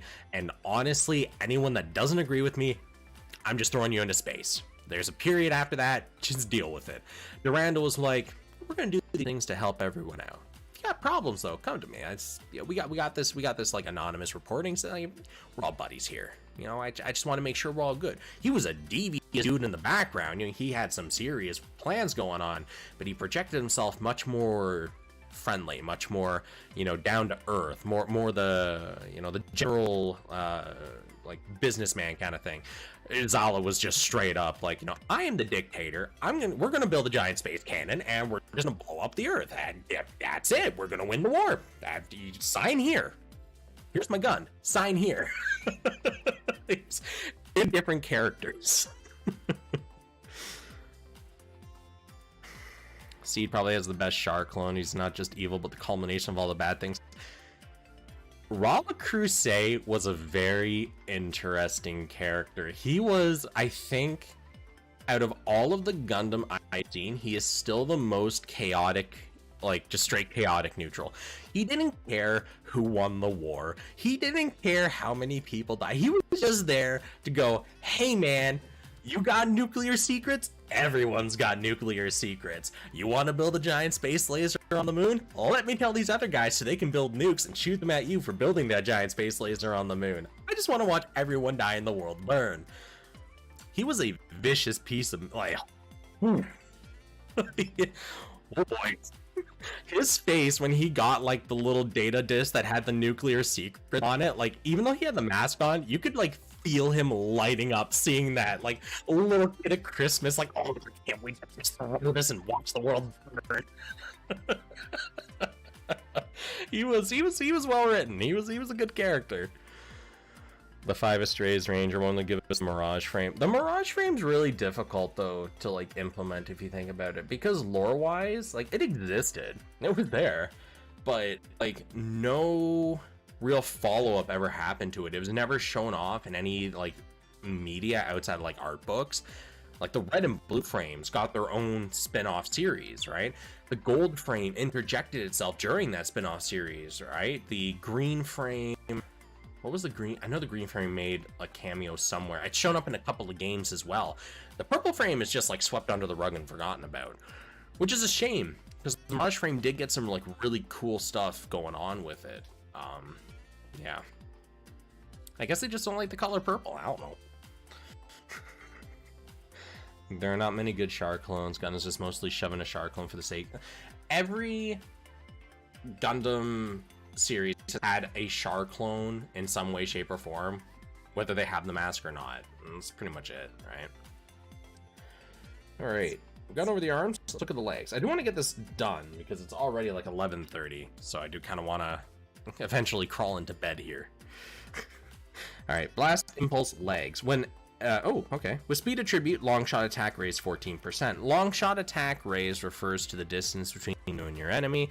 I covered this a long time ago in one of my first videos about GBM, but the distance between you and your opponent has a specific reticle based on your distance. If you're close range, it'll have a reticle type. If you're mid range or medium range, it'll have a different reticle, and long range a third reticle type. And when you're out of range, it'll have just a dot, no reticle or anything. And that determines when you can actually use your ranged weapon to shoot at your opponent. Weapon types have different bonuses based on your distance, like SMGs are good for close range, beam rifles are good for kind of mid-range, sniper rifles are good for long range, obviously. And this is referring to that small bracket of long range distance between you and your opponent. It gets a 14% boost on your neutrals. That's it. It's not really worth it, honestly. When one enemy shot down, reduce cooldown by 50% once. So much like when I was talking about the 2 enemy shot down previously, this does have a limited viability where you need to be doing content that has more than one opponent. So no 1v1s, multi-missions with one boss, and so on and so forth. The 50% cooldown reduction is kind of big though. That is a very hefty modifier value, so might be useful. It's definitely another mileage may vary part, honestly. Okay, cool. Let's check our backpack. As I said, backpack. Boy? There we go. Jeez. Kerberos High Energy Long Range Beam Cannon. Try saying that 5 times fast. Jesus. A- Pierce, B+ Power. Kind of a low medium cooldown there. And you just fire the beam cannons. Wait, am I? Ooh. Jeez, hold on a sec. Guys, I need to get my phone charger. I didn't have my phone fully charged before the stream today, so it was running a little low on the go-go juice. I just noticed it flashing angrily red at me, and I realized phone's at 6%. Panic. Anyways, if I remember the animation on this, you should just slide the backpack guns down, fire them straight forward, just do a quick hit or two. A- Pierce, significant amount of defenses and resistances ignored. With B+ Power, it's going to hit really hard. Paired with the Pierce, very hard. No real complaints about this outside of the cooldown, but I assume that that's kind of balanced around the damage output of these things, because typically something with that kind of cooldown, B+ Power, it's going to hit significant. It's like a nice little sledgehammer kind of thing. Cool. There are not many good. It was never explicitly said, but Durandal and Jabril were probably working with each other and knew the target of Requiem was the plant. Was transferred to Messiah when Mrs. plans began to unravel. Saying Jabril and Durandal together is really sketch. Like, you gotta have some solid proof for that, because you gotta remember, Jabril was like foaming at the mouth against coordinators, because you don't join something like Blue Cosmos because it's a radical group. That's what it is, a hard radical section of the Earth Forces. You don't just join that group to then turn around and shake your hand with the current leader of the group that you are literally being racist against at that point in time. That is not a very good political move. It's not a very good move in general. What I can see is they just built the Messiah, which is a Xant military base. They took the leader of the plants and put him inside this military base because it controls their current super weapon that they were going to use to start, doing stuff. And when you think about it, where else would you want to put your leader? Do you want to put him away, kind of leave him in the capital of your nation, where, it's pretty safe? But when you want to do something as base, you got to get the signal from here to here. And you just want to take him, put him in front of the big shooty button, and then when he wants to shooty things, he just push button. Instead of telling a guy, yes, I want you to shoot the button. Are you sure you want me to shoot the button? I'm sure I want you to shoot the button. Here's the OK code. Okay, I'm going to shoot the button. No, you just push button. Problem solved. On paper, anyways. That whole fight at one of the rings kind of throw a wee bit of a wrench. But anyways, I know it's an interesting theory, absolutely. But I can't see someone in Jabril's shoes just being like, yeah, I'll work with this guy. That's kind of outlandish, honestly. Crazy theory. I like sweeping beam shots. There are very few. Man, that is probably one of my favorite things whenever I'm playing any of like the more arcadey Gundam games, versus Alliance versus Xant, whatever. When you can charge a beam attack, use it, and then just like strafe it left and right to do stuff. I love the amount of damage you can do with those, and it just feels satisfying, when you hit someone with that. It's good stuff. More like using each other. Nah, it's so hard to draw a powerful enough comparison without risking being demonetized, because there's some really good examples that I can instantly jump to, and it's like, I say that could be demonetized. But it would be like one of the leaders of the Alliance turning around and going, oh yeah, hey, this guy, he's the leader of one of the Axis powers. I think we can find some mutually beneficial ground to work on.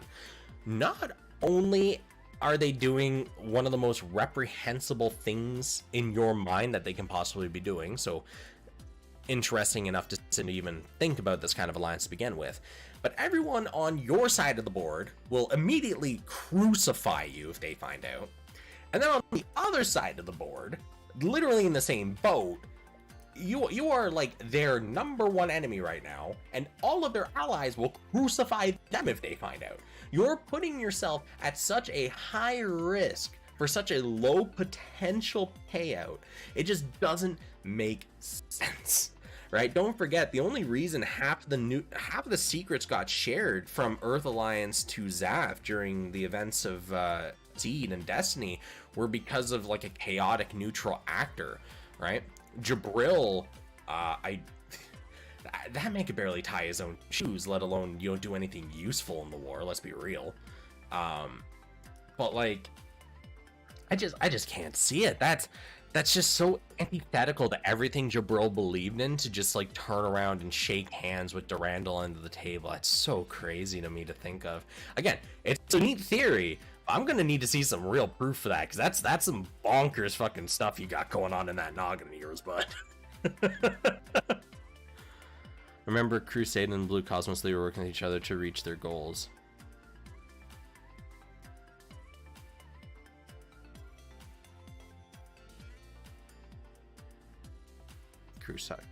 Crusade. Okay. So if you're talking about the events of Gundam Seed, where it was Rala Crusade passing the data up, that was in like no way, shape, or form related to Blue Cosmos. Like that was just Rala Crusade being chaotic neutral. That was him going, I got all the secrets. In his final speech when they're fighting in front of Genesis, right? He's openly like, I just want to watch everything burn, and that gives a lot of direction to why he got those nuclear secrets and just shared them right away. It was just complete chaos. That's all he wanted. Again, with Jabril's character, how he was established, he just doesn't seem like the kind of person to have the ability to kind of cook this stuff up. He's just, I don't want to say incompetent, because he definitely had some level of competency to be in the position that he was in, but I do not believe that he would have had the guts to literally betray Blue Cosmos to handshake with Durandal. That's just so, it's crazy talk. All right, let's finish this up here, because we only have a little bit left of this suit and then only a few more suits to go. Defiant Beam Javelin. Javelin throw, you throw the beam javelin. D Pierce A- power beam melee. I'm pretty sure this is just a clean and simple, just yeet. This can go really good in a custom skin, so you just have that emergency throw option available with all your underlying stats. A- Pierce, or A- power D Pierce, gonna hit really hard. Not a lot of Pierce, but that's fine, just hit harder. Relatively low cooldown as well. It's like a super yeet, I think is the best way to put it, because most yeets are like B+ power. Some of them go beyond that, most of them are B+. So this just looks like a nice, healthy alternative with the A- power. Of course, this is in your primary weapon slot versus your shield slot. That's why custom skins exist, right? Crusade playing double agent on both sides, not being collaborative. It's also like he was the middleman. I don't think either side realized what Crusade was doing. Crusade just got the data, and first thought was, how do I do the most damage with this information? Ah, yes, I shall give it to the Naturals so they can start using nukes again, because that went great the first time they were able to use nukes. That man was a menace. All right, powered GM cardigan. I thought it was a cardigan. All right, with power tribute self, mid-shot attack raise 14%. I've already talked about that.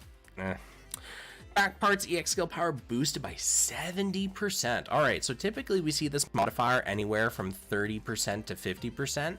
70%'s crazy high, but of course the trade-off is it's only your back part EX skill that's getting a bonus from this.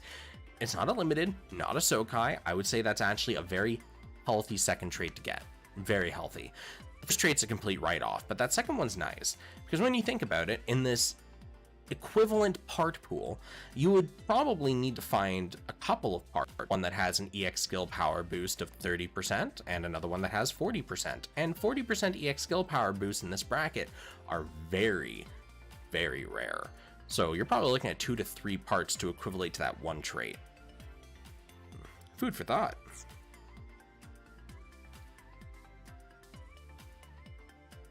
Rao just hates the world and wants to watch it burn by itself. Makes sense he do that. War is the easiest way to see people burn themselves, especially with Seed's mythology. Throw as much body onto the opponent's body as you can. Yeah, Seed was like, because you got to remember, right? They had that big, not really. Well, okay, yeah, it was a war. Let's be real.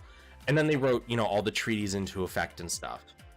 But the core thing was the Earth Alliance to use nukes, and that's why they had the end jammers just everywhere, right? Zaft was straight up like, all right, you know what? You want to use nukes? Fine. We're taking nukes, nuclear power off the table. End jammers everywhere, in space, on Earth, on the moon, just end jammers, end jammers, end jammers, end jammers. So when Raul Crusade finally got this technology where the Earth forces could go back to being just nuclear crazy, yeah, That's 101 to causing havoc. Give them the toys again, because we already know how they're going to react. They're going to make a bunch of nukes and start throwing them again, because that's what tried, tested, and true, right? So in terms of like what Crusade did, it's a good payoff. You want to watch the world burn? Let humans use nukes. We're really good at using them on ourselves. Panic. 70%, almost as much or more than 2-part trait limited pieces. It depends on the limited part, but yeah. So 70% is like just a crazy good number to see on a buff, especially on just like a single trait stat. That's really good. It was Azure that chipped Crusade about Alaska, and that's why he was inside the base investigating. Yes, but Azrael is also different than Jabril. Like, that's kind of the thing there, right? They're two different characters. They're not even like mirror copies of each other, right? They're not like Paula Crusade clones throughout the series, right? They're Jabril and Azrael are two very different people. Azrael is propped up by everyone around him, has this weird like egotistical complex about, you know, his position in things, and he's an absolute coward on all fronts. Jabril got to where he was by doing things he probably shouldn't under the table, but unlike Azrael, right, he's not as cowardly, he's not as propped up by people around him. He's not like, if you look at Azrael, the man's effectively a rich fop, right? He doesn't know what he's doing. He's just stumbling along, praying things work out. Jabril actually had some kind of a plan. It got derailed, but he had a plan.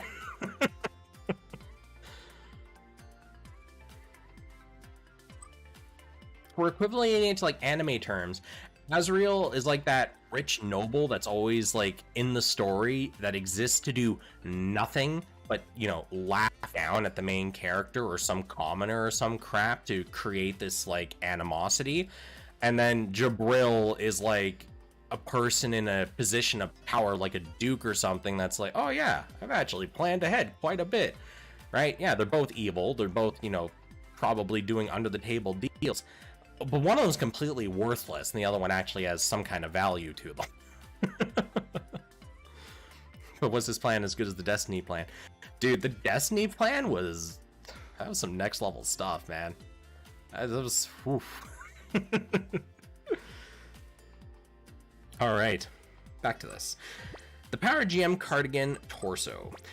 When armor 60% or more, EX skill damage output boosted by a flat 20. That's a pass. Supporter Job. Job gauge increase boosted by 40%. I've already talked about the job gauge. It's not really like a big deal to me, so I don't... it's just not a big deal. The Supporter Job license is also kind of a big hit to you because like it doesn't really boost any of your stats. All it does is it decreases the cooldown passively on any heal type EX skills, like pure heal types. And those are pretty rare to begin with, so not that useful. All right, Power GM Cardigan Arms.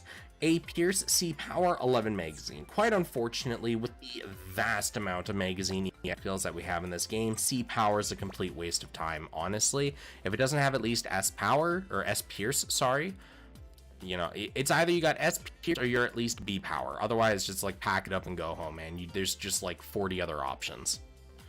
Alright, legs. With machine gun category, crypt shooting, crit. Alright, skip. Supporter Job, EX skill cooldown reduced by 20%. Again, Supporter Job is just, if you're trying to use it on a primary suit, you're gimping yourself heavily. You're losing a huge modifier on your primary offensive stat by not using a infighter, outfighter, long shooter, or mid shooter.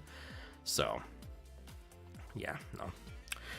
Power GM Cardigan Backpack. Large rifle, D Pierce, B plus power. Fire the rifles on your back. Low cooldown. Looks like a pretty bog standard, you know, just use it, do some quick damage, move on with life. I got no real complaints on this one. On paper, it looks fine. The other backpack, the Gatling Cannon edition. Fire the Gatling gun attached to your back. A minus Pierce, or A minus power D Pierce. So it's pretty much just a stronger version of the rifle. Probably functions a little different. The rifle is most likely two just like boom fire shots. This is probably more of a, you know, fire multiple bullets and then probably, you know, lock onto other stuff.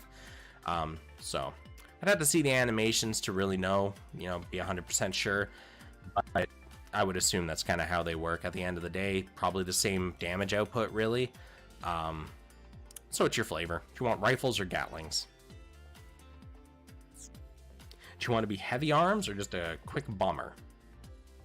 Alright, the Beam Saber. When one enemy shot down, reduce cooldown by 40% once.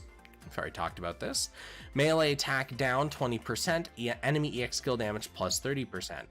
Melee attack down 20% is a very interesting trait to put on a Beam Saber, of all things. Very interesting. Yeah. Honestly, I don't know if that trade-off's really worth. Like, if you're using a shot machine, absolutely, hands down, totally worth it. Because, you know, this EX skill damage 30% for what this part is, okay. But, yeah, I don't know. I think there's better beam weapons available in the pools.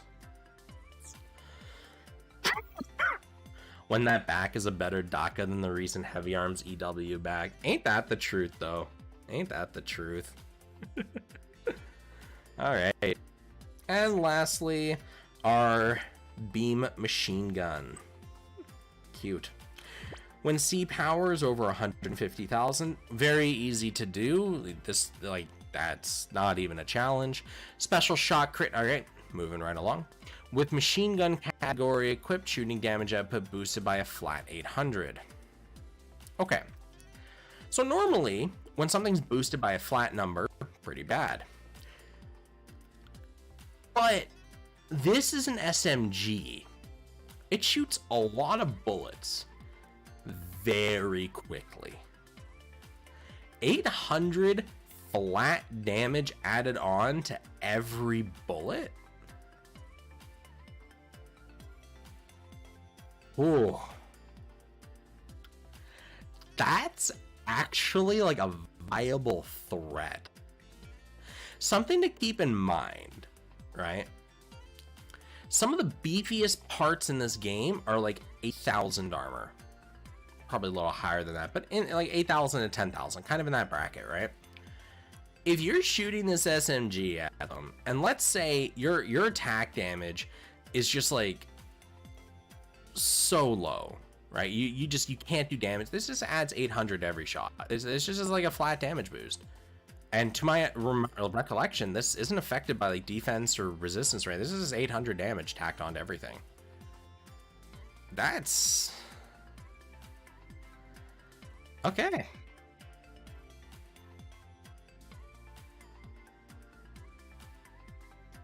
You're obviously not going to kill whatever you're fighting in a single shot with this thing. But that 800 bonus damage cumulative that just like ignores defenses, that can be used for some pretty neat stuff, I think. Alright. It's one of the very, very few flat damage boosters I think I'm actually okay with. Alright, let's take a look at our high mobility Psycommu system Zaku. Say that 5 times fast. And we're done. Alright, starting with the head.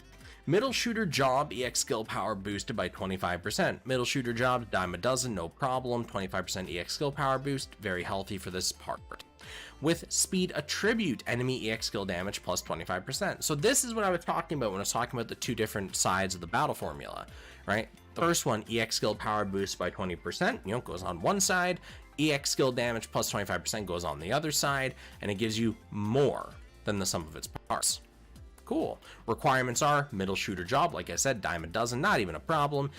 But the speed attribute, as I've said, you know, it'll lock you into the triangle, so mileage may vary and all that kind of stuff, but cool. Torso. Acid torso. Headbutt. B plus pierce, B minus power, low cooldown. Alright, give him a ramming speed, Capitan. Honestly, on paper, doesn't look bad. If I remember correctly, it's just a dash forward, something that can be relatively easily interrupted, no iframes. So, it's okay. Not amazing, not bad. On paper, looks good. Arms. Wire guided mega particle cannon, B plus power, D pierce, low cooldown. detach and launch your forearm to shoot at locked on target. If I'm recalling the animation on this, it's okay. It's like a soft funnel where it's like you kind of launch your arms in front of you. They kind of do the little drift forward and then just like point and shoot. Okay, not great, not bad. Yeah, on paper, acceptable for sure. Legs, or lack thereof. It also locks you into the animation while you're doing that. Yeah. So, you know, if the enemy's not going to shoot you or attack you or anything, that Army X, pretty good. Outside of that, danger. With speed attribute, 28% chance not to recoil. This is effectively super armor. It means when you get hit, there's a 28% chance you're not going to flinch. Yeah. While for space, I don't like 4 line of tags. I think they could be much better than they are. Especially, you know, we can't pick the stage and most of the content that we're going to be playing on, so you're never really going to be able to maximize the value of this tag. It does activate a good amount of traits, so, you know, it's kind of seeing some value in there. But it's definitely, you know, mileage may vary, build however you want. I think these tags could be better implemented, or just let us pick the maps more often.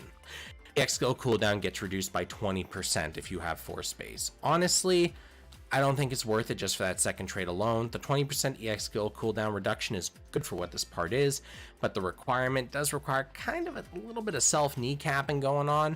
And that first trait with a speed attribute for the super armor, I'm not a fan of personally. I play with the mantra of just don't get hit.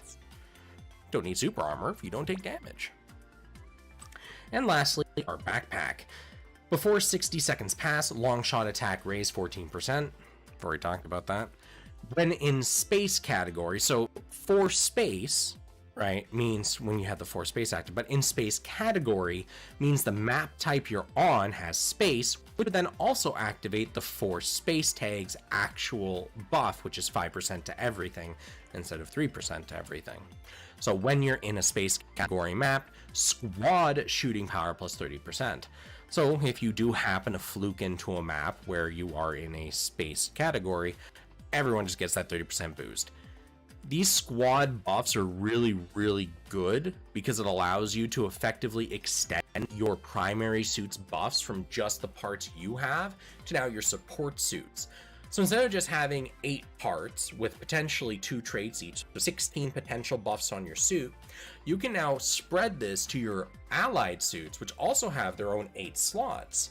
And now those can also have squad buffs, so you could potentially have another 16 here and another 16 here. So you have a new potential of 32 more buffs you can apply to your primary suit with these squad buffs.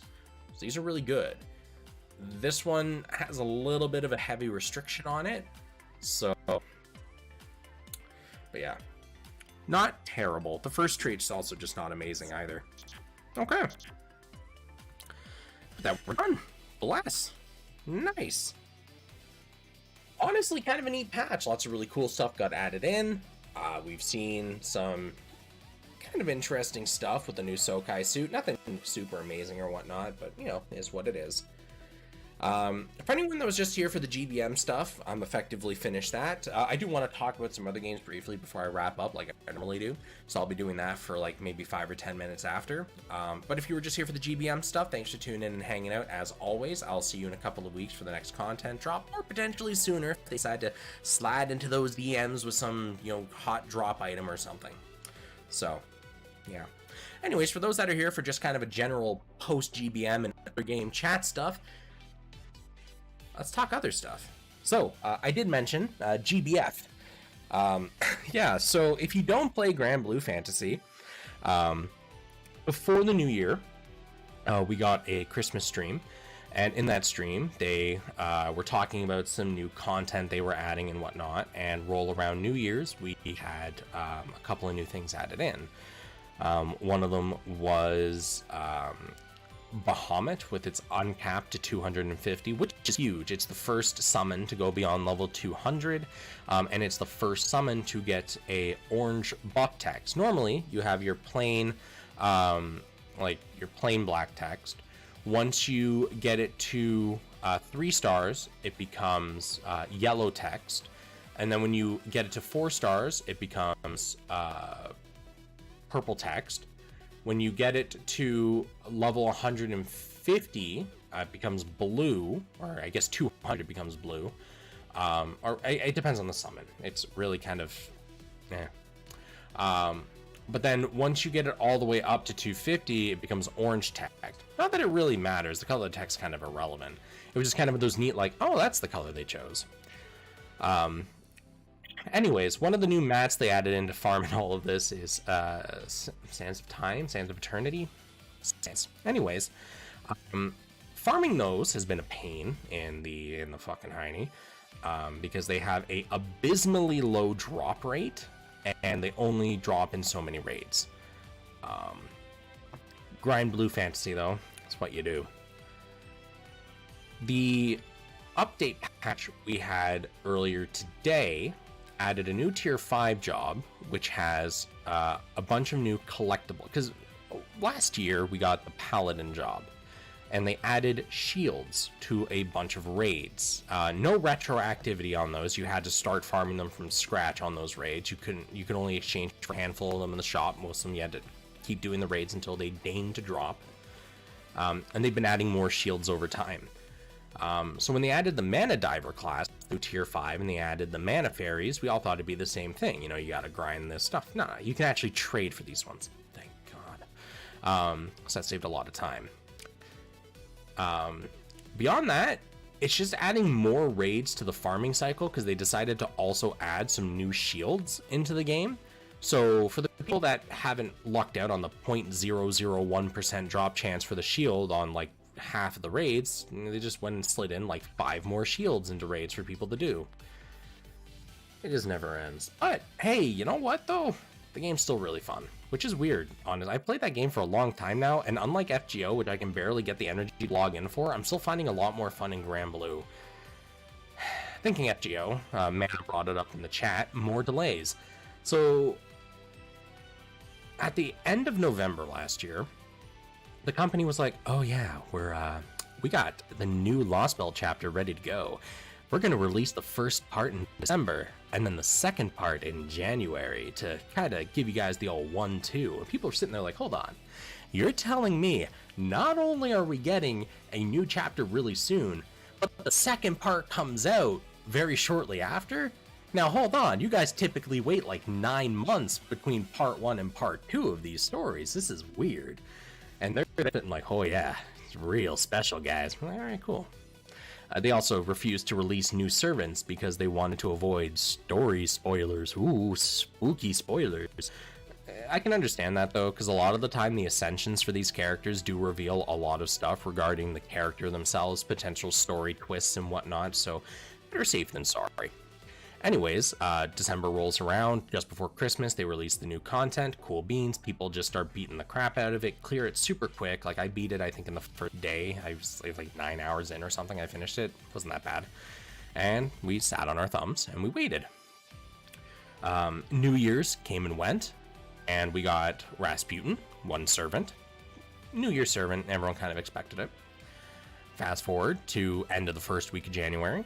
Still no communication from the company, no new content or anything. People are like, okay, you guys are playing it close to your vest. Okay, no leaks or anything though. Clearly what you're doing is working. We get the end of the second week in January. Still not a peep from the company. People are like, all right. Still no news or content. All right, giving people enough time to clear it. 3 weeks should be enough. We get to the end of the third week. People are like, all right, we get any news at all? Something, please? Anything? Like, can we please give us a tidbit, a crumb of news? And the company's just nothing.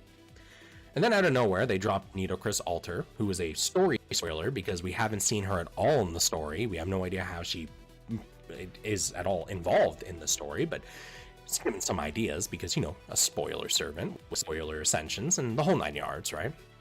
Makes sense. And then, you know, people are like, all right, cool, new servant. So where's that new chapter, guys? Radio silence for a few days, and then they decide to kick down the door and they go, Oh yeah, we're literally gonna release it last day of January. Like literally like 12:59:59 January 31st. People are like, why did we just have a dead month? Why did we not have a rerun? Why did we not have some kind of mini event? Why did you not give us anything to do in this month? No Grail fronts, no Christmas event, because for the first time since FGO launched, we didn't get a Christmas event, which a lot of people were like panicking about, but we consolidated it with like, oh, it's the story, it's going to be big, it's going to have tons of stuff, so they didn't want to bog us down with a Christmas event that was rushed or something. Fair. No, it just turns out that something fucked up somewhere, I guess. I don't know. Anyways. So, yeah, now we're just sitting on our thumbs waiting for the end of the month for the last part of the story. Drives me up the wall, frankly. I'm kind of miffed. I really wish that they had communicated this a lot earlier, but here we are. Nothing there. Beyond that, let's see. Neural Cloud. I'm really debating dropping Neural Cloud. I have found myself barely able to just do like the daily logins and stuff and do that. It's not that it's hard to do. It's just like I've realized I'm feeling very disconnected from the game. It's taking a long time to get any new content or banners put into the game. The event shops are just not really, they don't really contain anything of value to me.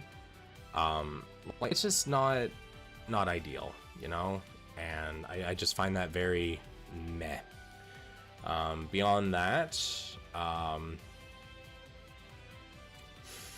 there was something else, and I can't remember what it was, so clearly it was not that important.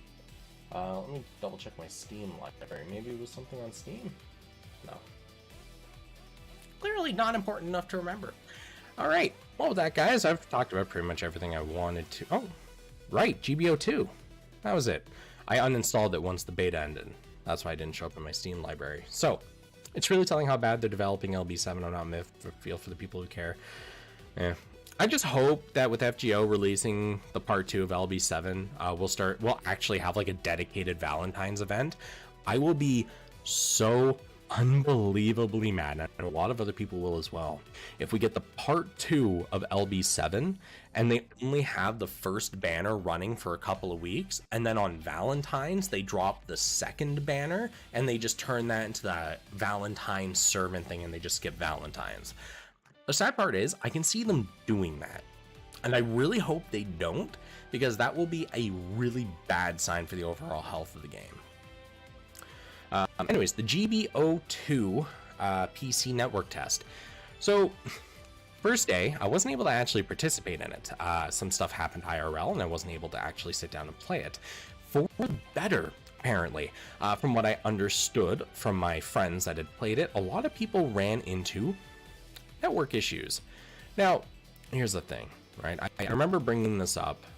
I can't remember if it was here in a Discord call, like on a stream or something, but anyways, when they did their original network test last year, right?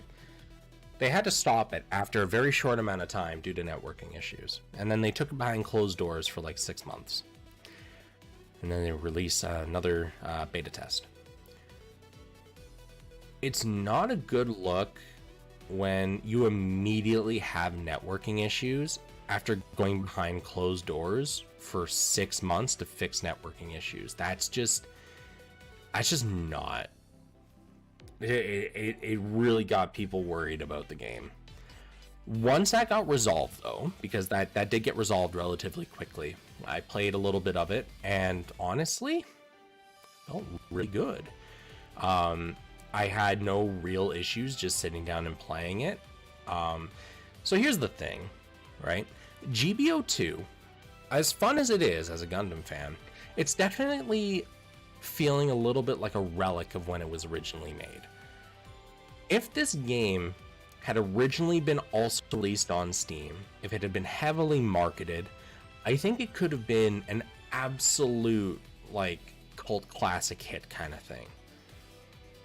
But it was only on a specific console. It wasn't excessively marketed because it was, again, only on one console. I think it could have been a lot more.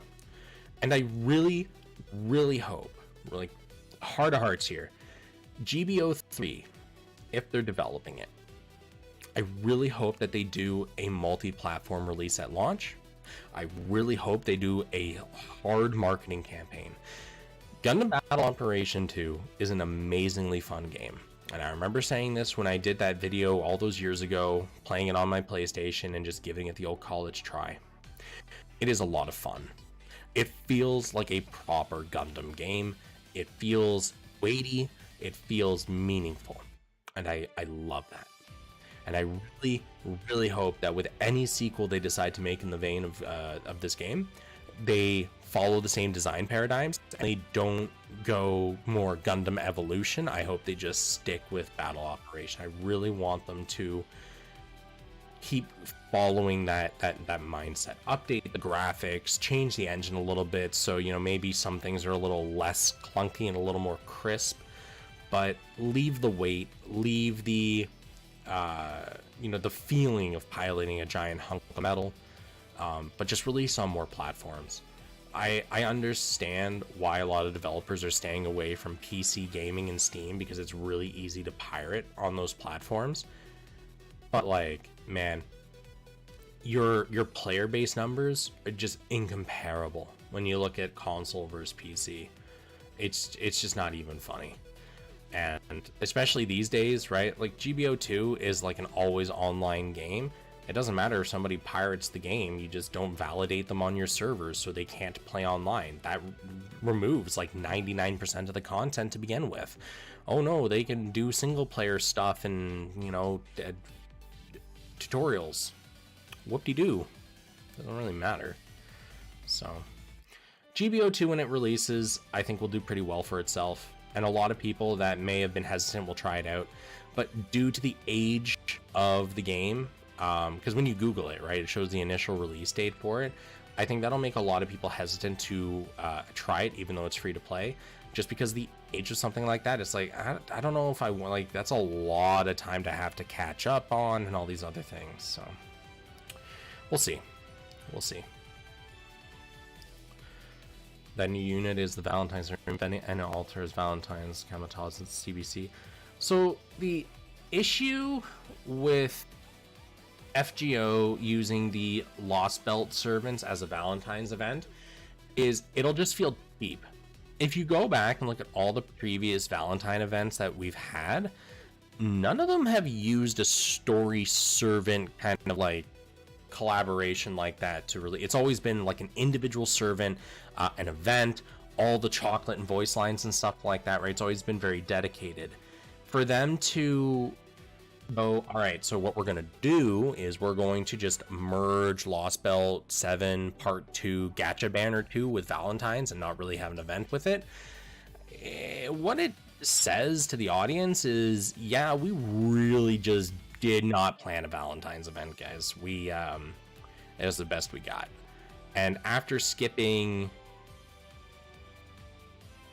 yeah, they skipped Gouda too. They skipped Gouda, they skipped Christmas.